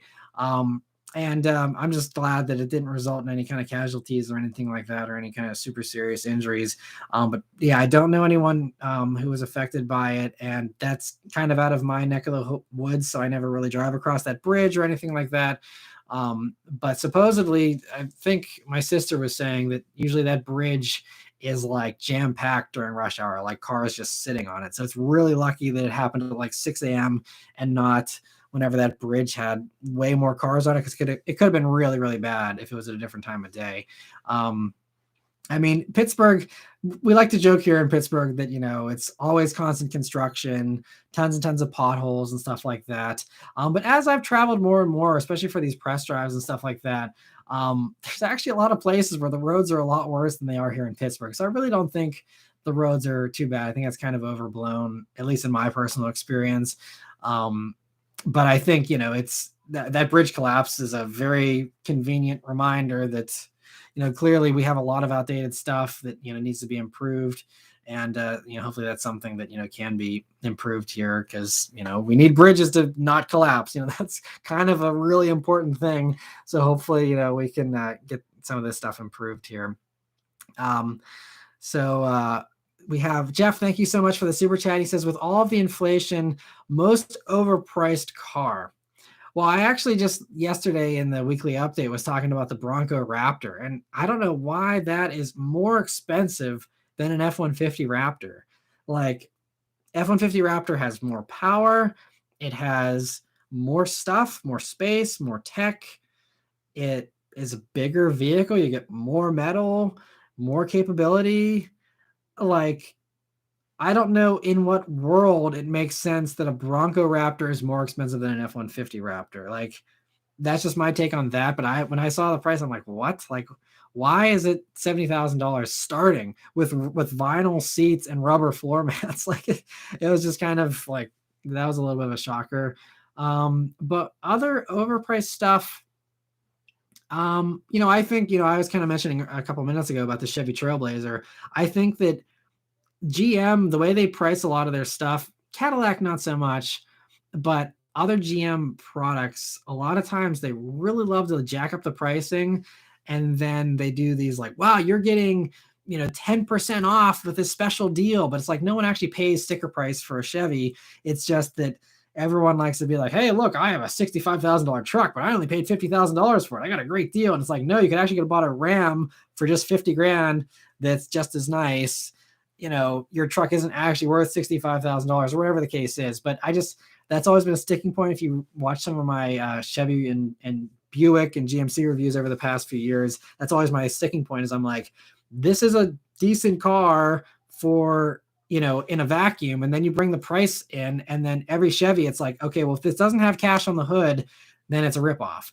And I think it's just a deliberate thing that GM likes doing, where they love just, aside from stuff like the Corvette, but, with their mainstream stuff, they love doing that, where they love having these sky high sticker prices, but then the second the car comes out, they immediately have incentives to bring that price down, so they don't scare people away. But then people are like, wow, I have a $40,000 Equinox. It's like, no one in their right mind pays $40,000 for an Equinox. There's no world where anyone would ever do that.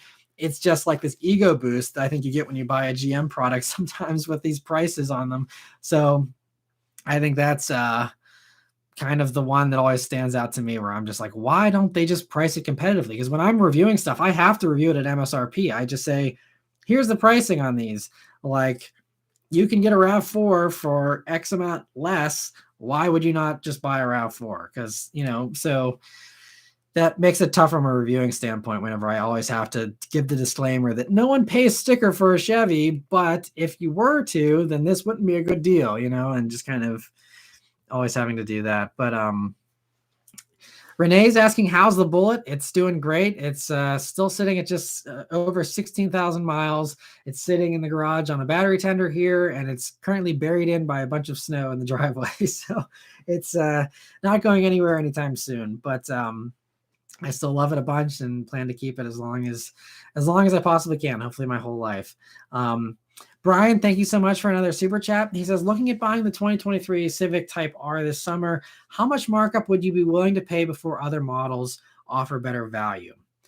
Well, it'll come down to what the sticker price ends up being for it, but I am not a fan of paying markups. I know that in this current market, and especially with something like a Type R, it's very, very hard to find one that's not marked up. But there are some dealers that usually will offer stuff at MSRP. And honestly, I'm in Pittsburgh, I would rather buy a Civic Type R in California for sticker price and pay $700 to ship it, or drive a road trip across the country to save that $5,000, not just because I'm cheap, but also to prove a point and reward a dealer for just not price gouging. Because, especially, as a reviewer and as someone who, I see the OEM side, and I know the PR people, and I know I've talked to the engineers of some of these companies. I've talked to the product planners of these companies. I know they're car people. I know they're passionate, and they pour their heart and soul into these cars that they put out. And then it just gets completely crapped on by a dealer with these terrible markups. And then it's like, these OEMs spent, weeks and months banging their heads against the wall trying to get the best possible pricing on this car so that it has the most appeal and all that kind of stuff. And then the dealers just completely screw that up. And honestly, I think that killed the Bronco's momentum a ton. I think there was a ton of hype for the Bronco. Obviously, the production delays didn't help either, so Ford did it to themselves a little bit. But I think there was a ton of people that were like, I want a Bronco. And then dealers started playing games, even on ordered cars. Like my buddy Brian from the Pittsburgh Views YouTube channel, he ordered a Bronco. And his ordered car, they told him the only way you get to take delivery of your ordered car is if you pay us a markup at the last minute. They told him that like a day or two before his car arrived off the truck. And that's like super crappy because like if it's a dealer lot thing, whatever, you can say supply and demand. If you don't want it, go buy one somewhere else. But like when you order a car and they try and, do this bait and switch thing with you, like that is super crappy. And so there's very few things in this world that boil my blood more than a greedy dealership that's trying to get markups and ruining these awesome cars. Because I think they would have sold double the amount of Broncos, production, dependent, but I think they could have sold way more Broncos if dealers weren't greedy. And I honestly think if the Bronco goes away in a few years, it'll be 100% the fault of the dealers. No fault of Ford's, no fault of the electric car movement or anything like that. It'll be 100% dealers that are killing fun cars. And this is part of the reason why manuals are dying off. It's not that, it's just that dealers are greedy. They want to just get as many cars through as possible. And I get that from a business standpoint. You want the most sales possible, but they won't order manual cars a lot of times. So it's like, if a dealer's not ordering it, then a manufacturer's not going to build cars they can't even send to dealerships. So it's just this like thing where I think dealers are kind of the root of a lot of the problems for enthusiasts right now, whether it comes to pricing, whether it comes to manuals, whether it comes to finding base models. A lot of these cars, they'll only order them fully loaded with, all the performance goodies, and they just hope that enthusiasts want it bad enough that they'll, pay for every bell and whistle. And, there's just a lot of that kind of stuff where it often goes back to the dealership. And I have nothing against dealerships in general.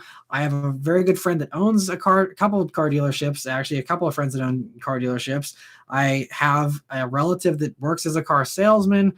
I know that there's good dealers, there's good salesmen out there, but it's just, I hate having to, deal with so many people that are like, I would have bought this car, but then there was markups and then I gave up and bought something else, and it's so sad because there's so many good cars I feel like people are missing out on because of just dealers being greedy essentially. And it just, I could do a whole 2-hour rant on on dealers. I won't keep going, but anyway, thank you for the question there. I'm sorry for the long tangent, but Ice Cream Headache, thank you so much for the super chat. He says, do you think we'll see electric cars with simulated stick shift transmissions? I think a while back you mentioned a concept car with one. Yeah, the Mustang actually at SEMA, I think it was not this past SEMA, but the year before, they had a manual transmission electric Mustang coupe with a manual. And it was really cool. And I don't know. I really hope that is something that Ford is working on, considering they're playing around with it for a SEMA car at least. And I do know that whenever I was at the Hyundai Launcher N program and I got to drive very briefly the RM20E electric thing, that they had all the different soundtracks where it actually had speakers on the outside blasting V8 engine roar while you're driving around in this silent electric thing. They mentioned that like those are the types of things that they're considering digital manual transmissions, I think is something kind of how they phrased it, of just having your hand just, shift. It doesn't really do anything except it's just fun. And Hyundai is one of the few companies that knows that this might be silly to Porsche or some other super serious company, But whenever you're just talking about just fun, it's like, who cares if this isn't actually connected to anything? I just like going like this. So like, having that in an electric car, I think would be great. And I think that that is something you will see. I think that someone will do it to set themselves apart from the rest and kind of add back a little bit of that stuff that, we'll miss. So someone will do it. And I hope that, there's a good amount of companies that do, and at least offer it as an option. It's, especially if it's not connected to anything, it shouldn't be a huge price, difference to have a little space there and a little shifter for controlling all the electric stuff, but I think that would be a really cool thing. And I hope someone does. So I would say if someone does do it first, Hyundai will be probably the first to do it. It'll be my bet. And hopefully they do. Blue Collar Jose, thank you so much for the super chat. He says, what is the ultimate family car? A car for cars and coffee and for a family of 4. Obviously this is another thing that comes down to personal preference. To me, the ultimate family car would be a Cadillac CT5V Blackwing with a manual transmission, 4 doors, fantastic handling, 660 horsepower, whatever it is, supercharged V8, manual transmission, fantastic car, also nice and luxurious, comfortable, plenty of space. That is the ultimate family car in my opinion. And it's also safe, so it's a little bit safer than like the Challenger or the Charger Hellcats, which don't do great in crash tests. So I'd say that Cadillac is the ultimate family car in my opinion. Another one, if depending on how much practicality you want, another kind of far out thing, but I would say the Ferrari GTC4 Lusso has all-wheel drive, has 4 seats. It's roomy and spacious, even though that's only a two-door car, but you have the 4-season capability, you have the comfort, and yet you still have a screaming Ferrari V12. So that is the other one, probably in the ultimate family car category for me as well. Just no manual, but in exchange, you get an awesome screaming Ferrari V12, which I think actually makes up for that. So if I had all the money in the world and I wanted a family car, I'd probably just be rolling around in a GTC4 Lusso as my daily driver. Someone else says they like the GTC4 Lusso as well. And Newt says, yeah, the Blackwings are gnarly. They are so good. I really hope I can get one as a press vehicle just to live with for a week and do a follow-up video on the video from last year. But they're fantastic. Stephen Rapp, thank you so much for the super chat. He says, I finally bought the Land Cruiser, hard to find. I'm wanting something to last. While I agree somewhat dated, it is a comfortable beast. What can I do to keep it going? The great thing with the Land Cruiser is you don't really need to do anything to keep it going. Just do regular maintenance and that thing will probably last, till the end of time. So, I don't think you have to worry at all about the Land Cruiser. Just make sure you keep changing the oil at the recommended intervals and that's it. So they're very solid for sure. They definitely have an appeal to them with that. And I wish they would have, just done more to the interior over the past 10 years, but they've definitely fixed it with the new one. It's just, a bummer we don't get it here in the States, but who knows how reliable that will be since it's, not having that V8 anymore. We'll see. But those Land Cruisers are definitely probably a good investment. I'm sure I know they're insanely expensive, but I know that they will probably hold that value and appreciate at some point. So totally makes sense. And congrats on getting the Land Cruiser there. Gabriel, thank you so much for the super chat. It says, sup, Matt, wave from Florida. I'm jealous of your weather right now, I'm sure. Or I think it's currently 19 degrees outside and not great for filming car reviews, especially. So I'm sure you're soaking up the sun there in Florida. It's awesome. So thanks for stopping into the live chat here. Zachary Jones says, Matt, the funny thing is that a Toyota Camry V6 can keep up with the new Volkswagen GTI in a straight line. That shows you how potent that V6 is from Toyota. Yeah, the V6 is really good. I do think, though, that off the line, the GTI would definitely get the jump on the Camry, because the Camry still is a very high revving V6 versus that Turbo 4, and the GTI really has a lot of low end grunt. So it'd be interesting to see an actual drag race between the two. I don't know I'm sure someone has done it, but the Camry V6 is fun, and it's kind of cool that they're really the last one to offer a V6 still in that segment, and with everyone else going to Turbo 4s for their top versions. But it's and honestly, that Camry V6 is super potent, because that's what Lotus uses in the Evora, and now I think even the Emira uses a modified version of that Camry V6 for those cars. So it's definitely a motor with some potential for sure. Gabriel says the weather's in the 40s and 50s this week. Okay, so you like the cool weather. Well, that's cool, but yeah, I'd still take 40s and 50s over 19. That's for sure. But I'm kind of surprised it got that cold. That's crazy. And yeah, the Platinum Mox says his cars are loving the cold, dense air, especially the twin turbo Noble. Well, that's awesome. Congrats on having a twin turbo Noble. That's sick.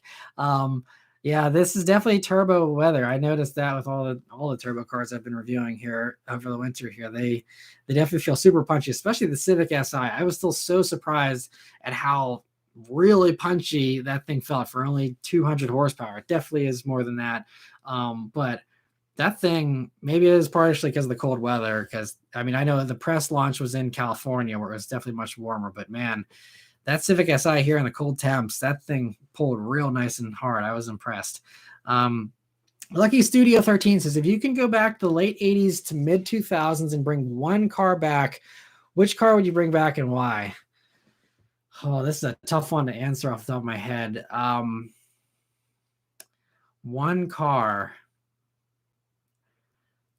It's so hard to even just pick only one, honestly, because there are so many cool things in that time period. You know, like even the Subaru XT6, you know, stuff like that was pretty crazy. The Subaru SVX is another one that'd be really cool. And that's just talking about Subaru. I mean, you even have the 22Bs, stuff like that. I would have, you know, loved to see a modern XX, you know, coupe with crazy flared out fenders. That would be insane.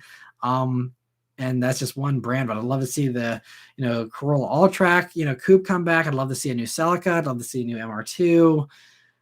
So that's why just picking one would be so hard. Yeah, I don't know. I'll have to get back to you if I can think of just one, but so many awesome things back then. I mean, we got a lot of great stuff these days too, so I'm not complaining, but it's really fun. I love going back and watching the Motor Week retro reviews that they post every week. All the cool stuff from the 80s and 90s. I love watching that. If you want a good laugh, they actually just recently, in the past few days, posted the Motor Week look at the 1996 modified import scene or tuner scene.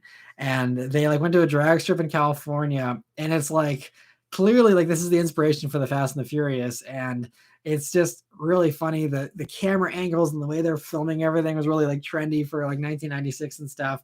But it's so fun going back and watching those old videos of, you know, what they were doing back then. And they were doing some very impressive stuff too. Like even in that video in 96, there's a guy running like a 10-second Mazda RX-7 and stuff. Like there was all kinds of really cool stuff. Speaking of another car I'd love to bring back from the 90s, RX-7, there's another one. Like I said, there's just so many. Bruce View, thank you so much for the super chat though. He says, thoughts on the 17 Accord Coupe V6 with the 6-speed? I've not driven one that new, but I do actually have someone who's offered me one to review. I'm hopefully going to review it finally this year. I'm going to be, you know, giving a review and give all my thoughts in that. So I'll actually be able to experience it and see. But I think it's a very underrated vehicle. But it seems like it is starting to get more and more interest because someone else towards the beginning of this live stream was also asking me about the Accord Coupe V6s and what I think of those. And I did a review on a couple of them from the earlier model years, but I think that they're a cool combination. You know, if you want the manual, but you still want something that's soft and comfortable and, you know, a little bit more of a grand tourer than the Civic SIs and stuff. You know, I think the Accord Coupes are, you know, a really cool package, and, you know, I'll have to drive it to see how it actually drives and stuff. But, you know, I'm sure it's going to be, you know, a little bit softer than Civics and stuff, of course, but still be a really great and fun car to drive for sure. Fastline says, would you drive in like a 2021 Ram 2500 Power Wagon? Well, I did review a 2500 Ram, it's probably about 2 years ago now. And they're fine. I'm not a big truck fan in general, and especially the heavy duty stuff. It's just, I mean, I have no use for it, obviously, but it's just, they're just not very fun to drive. They have really rough rides with those heavy duty trucks, and I'm just not a truck guy in general. So I see zero appeal to them personally. But if I had to pick one of them, the Ram is, I think, the nicest of the bunch because of, you know, the nicer interior it has and stuff like that. Gabriel says, talking about old school imports, I wish Nissan would do a Skyline that looks like a merge of the 90s and today. Yeah, I agree. That would be very cool. I mean, I think some of the most recent GTR rumors I heard a couple months back were that they're planning on doing a boxier like GTR that kind of goes back to like the very late 60s, early 70s GTR stuff. And, that wouldn't really have the streamlined look of the 90s stuff, but it'd be kind of cool. It sounds like they may actually kind of go with the retro direction, kind of like what they did with the new Z. I think you can see a similar type of thing happen to the GTR here for the next generation version, and could incorporate some stuff from, maybe the 80s or the 90s. We'll have to see. But I think you might get kind of a slightly retro flavored Skyline here for the next generation version, which I'm excited about. I'm hoping that car doesn't take an eternity to arrive, but hopefully when it does, it'll be amazing. Jeff Kim says, currently driving Veloster N, waiting for 2023 WRX STI. Thoughts on what I can expect versus Veloster N? So, we don't know what they're going to do with the STI still. So it's pretty safe to assume, it's not going to be a carryover engine. It will have most likely the 2.4, probably just tuned up a good bit. But what they do is still anyone's guess, because I thought they were going to do way more for the engine with the WRX, and then it turns out the WRX has less power than the Subaru Ascent does. So, I don't know, how it's going to go. It's tough to say. I mean, compared to your Veloster N, obviously the safe things to assume are the STI is going to have more power. You're going to have the all-wheel drive, so it's going to give you that extra grip. It means less drama, though, because you're not going to have the wheel spin of the Veloster N. It's going to be heavier than a Veloster N, most likely. So you're going to lose some of that lightweight feeling that you have with the Veloster N and stuff. But the STI, this current generation, does a very good job of disguising its weight and, not feeling too heavy or anything. So it'll be good. It'll just be a different experience. So it just depends on how much you love the front wheel drive thing, how much you love the compact, lightweight thing with the Veloster. That will decide, whether or not it's going to be an upgrade, as far as fun factor goes for you. But they're both very fun cars. I'm sure the new STI is going to be amazing, but I'm just very curious to see, what they end up doing with it. But yeah, and then Gabriel says maybe they are going through the decades and going to go up in decades as they go along. Possibly, but honestly, I don't know. Who knows in the way with how infrequently they do a new GTR. I mean, I'm going to be like in a wheelchair by the time, they actually do. If they go by the decades, if, we're going to go for the late 60s and the early 70s for, this new gen GTR that might come sometime before 2030. If the 2041 does the 80s, by the time we finally get to the R34 retro look, if we do it like by generations like that, it's going to be like, 2075 before we have a retro looking GTR that harkens to the R34. That's why I'm hoping that maybe they incorporate, some of that stuff into, the new version here that's coming. So we'll have to see, but, and Ivan says, do you think there's going to be a new MR2? There was that mid-engine proportioned Toyota concept car that was revealed with all the electric stuff. It would be electric, so would it really be an MR2? I don't know what they would call it, but, there's thoughts that could be something that's kind of potentially in the works. There's been rumors of MR2s coming back and stuff, so we'll have to see about all that. But, yeah, just hard to say. But anyway, we have about 7 more minutes here, so we'll answer a couple more questions. I see Gabriel has a super chat here. I appreciate that. He says, you're still one of only 3 channels for cars I'm subscribed to. I love your reviews and the news. Keep it up for us, bro. I really appreciate the support, and I'm glad, you like the channel that much. I'm honored to, be one of the 3. That means a lot. I appreciate it, because I know you guys have a lot of really good options for car reviews these days. There are a lot of people with fancier camera work, cooler cars, whatever the case is.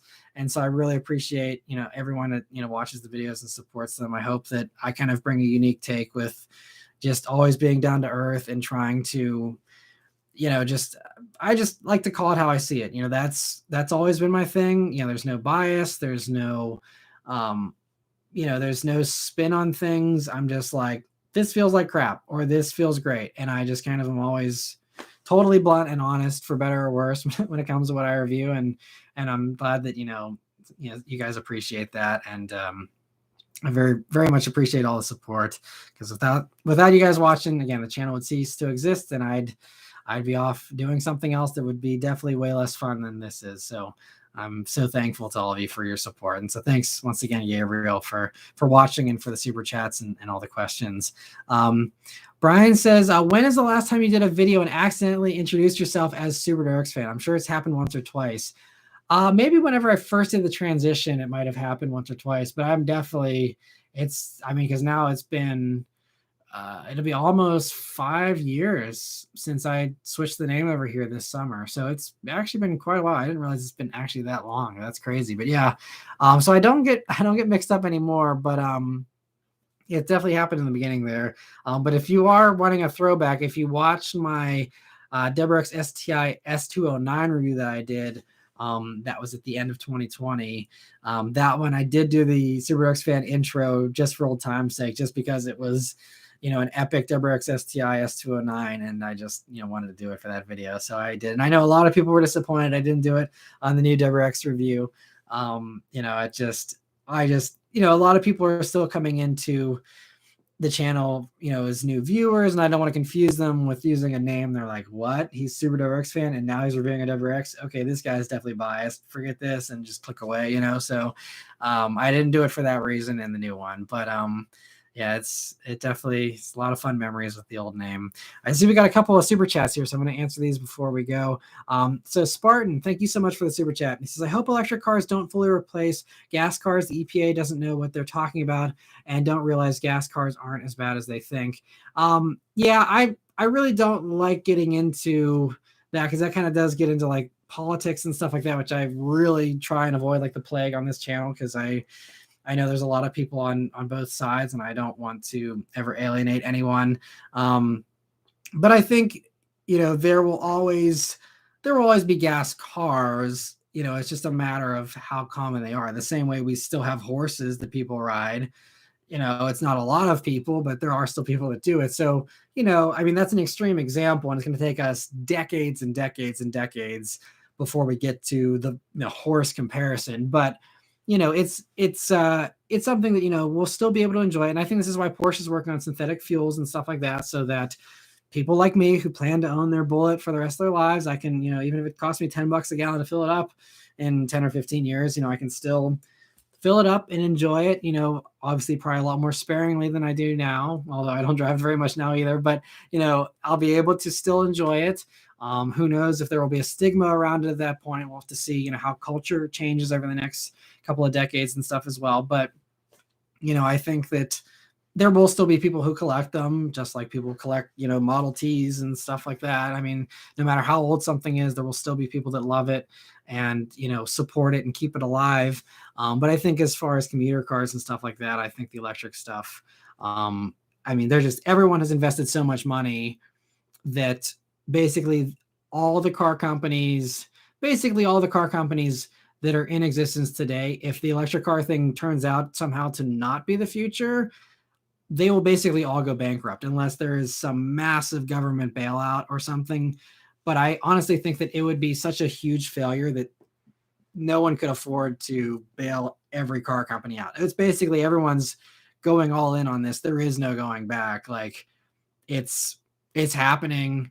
The money is there. It's already invested. They're already working on this stuff. They don't just throw billions of dollars away on a hunch. Like it is what it is. I mean, again, I'm keeping my Bullet the rest of my life. Hopefully I 100% love gas cars, but I think that I'm also excited about the electric stuff. And I think that it's going to be fun in a different way. And I've been having a blast with all the electric cars that I have been reviewing. Alex, thank you so much for the super chat. He says, got the Ford Maverick EcoBoost on order. Thoughts? Love you. I appreciate the support. I haven't driven a Maverick yet. That's another one. I actually had one scheduled for a couple of weeks ago, and then it ended up having to get pulled for another event or something, and I wasn't able to review it. So I'm hoping to get into a Maverick here at some point, but it's very hot in the press fleet, so it's going to probably take me a little bit to get it again. So I'm hoping to review one at some point here. So I'm very curious to see how it drives, but I really enjoyed the Bronco Sport, which, has very similar bones and stuff. So Based on the Bronco Sports, I love driving those, so I think that you'll probably have a lot of fun with the Maverick EcoBoost. So congrats on the order, and hopefully it all goes smoothly.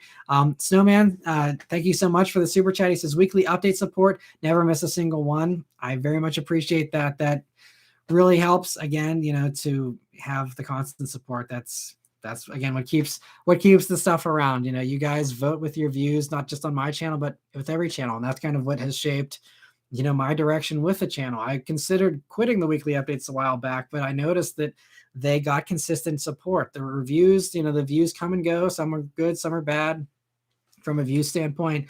But the weekly updates, I mean, they definitely flex as well. Some get a little bit more than others, but overall, they still usually kind of have a good, pretty solid baseline. And, I know that there's, roughly 10,000 people out there every week that, enjoy those no matter what I talk about in them. And I really appreciate that support. And so, that's what keeps it going. So, just always keep that in mind whenever you guys are watching videos, that it's, you're influencing, what gets made with those clicks. And, that's why, like, I'm not doing as many crossovers this year, because no one seems very interested in watching them for the most part. So I'm going to, do more sporty stuff, which hopefully will be stuff you guys will enjoy.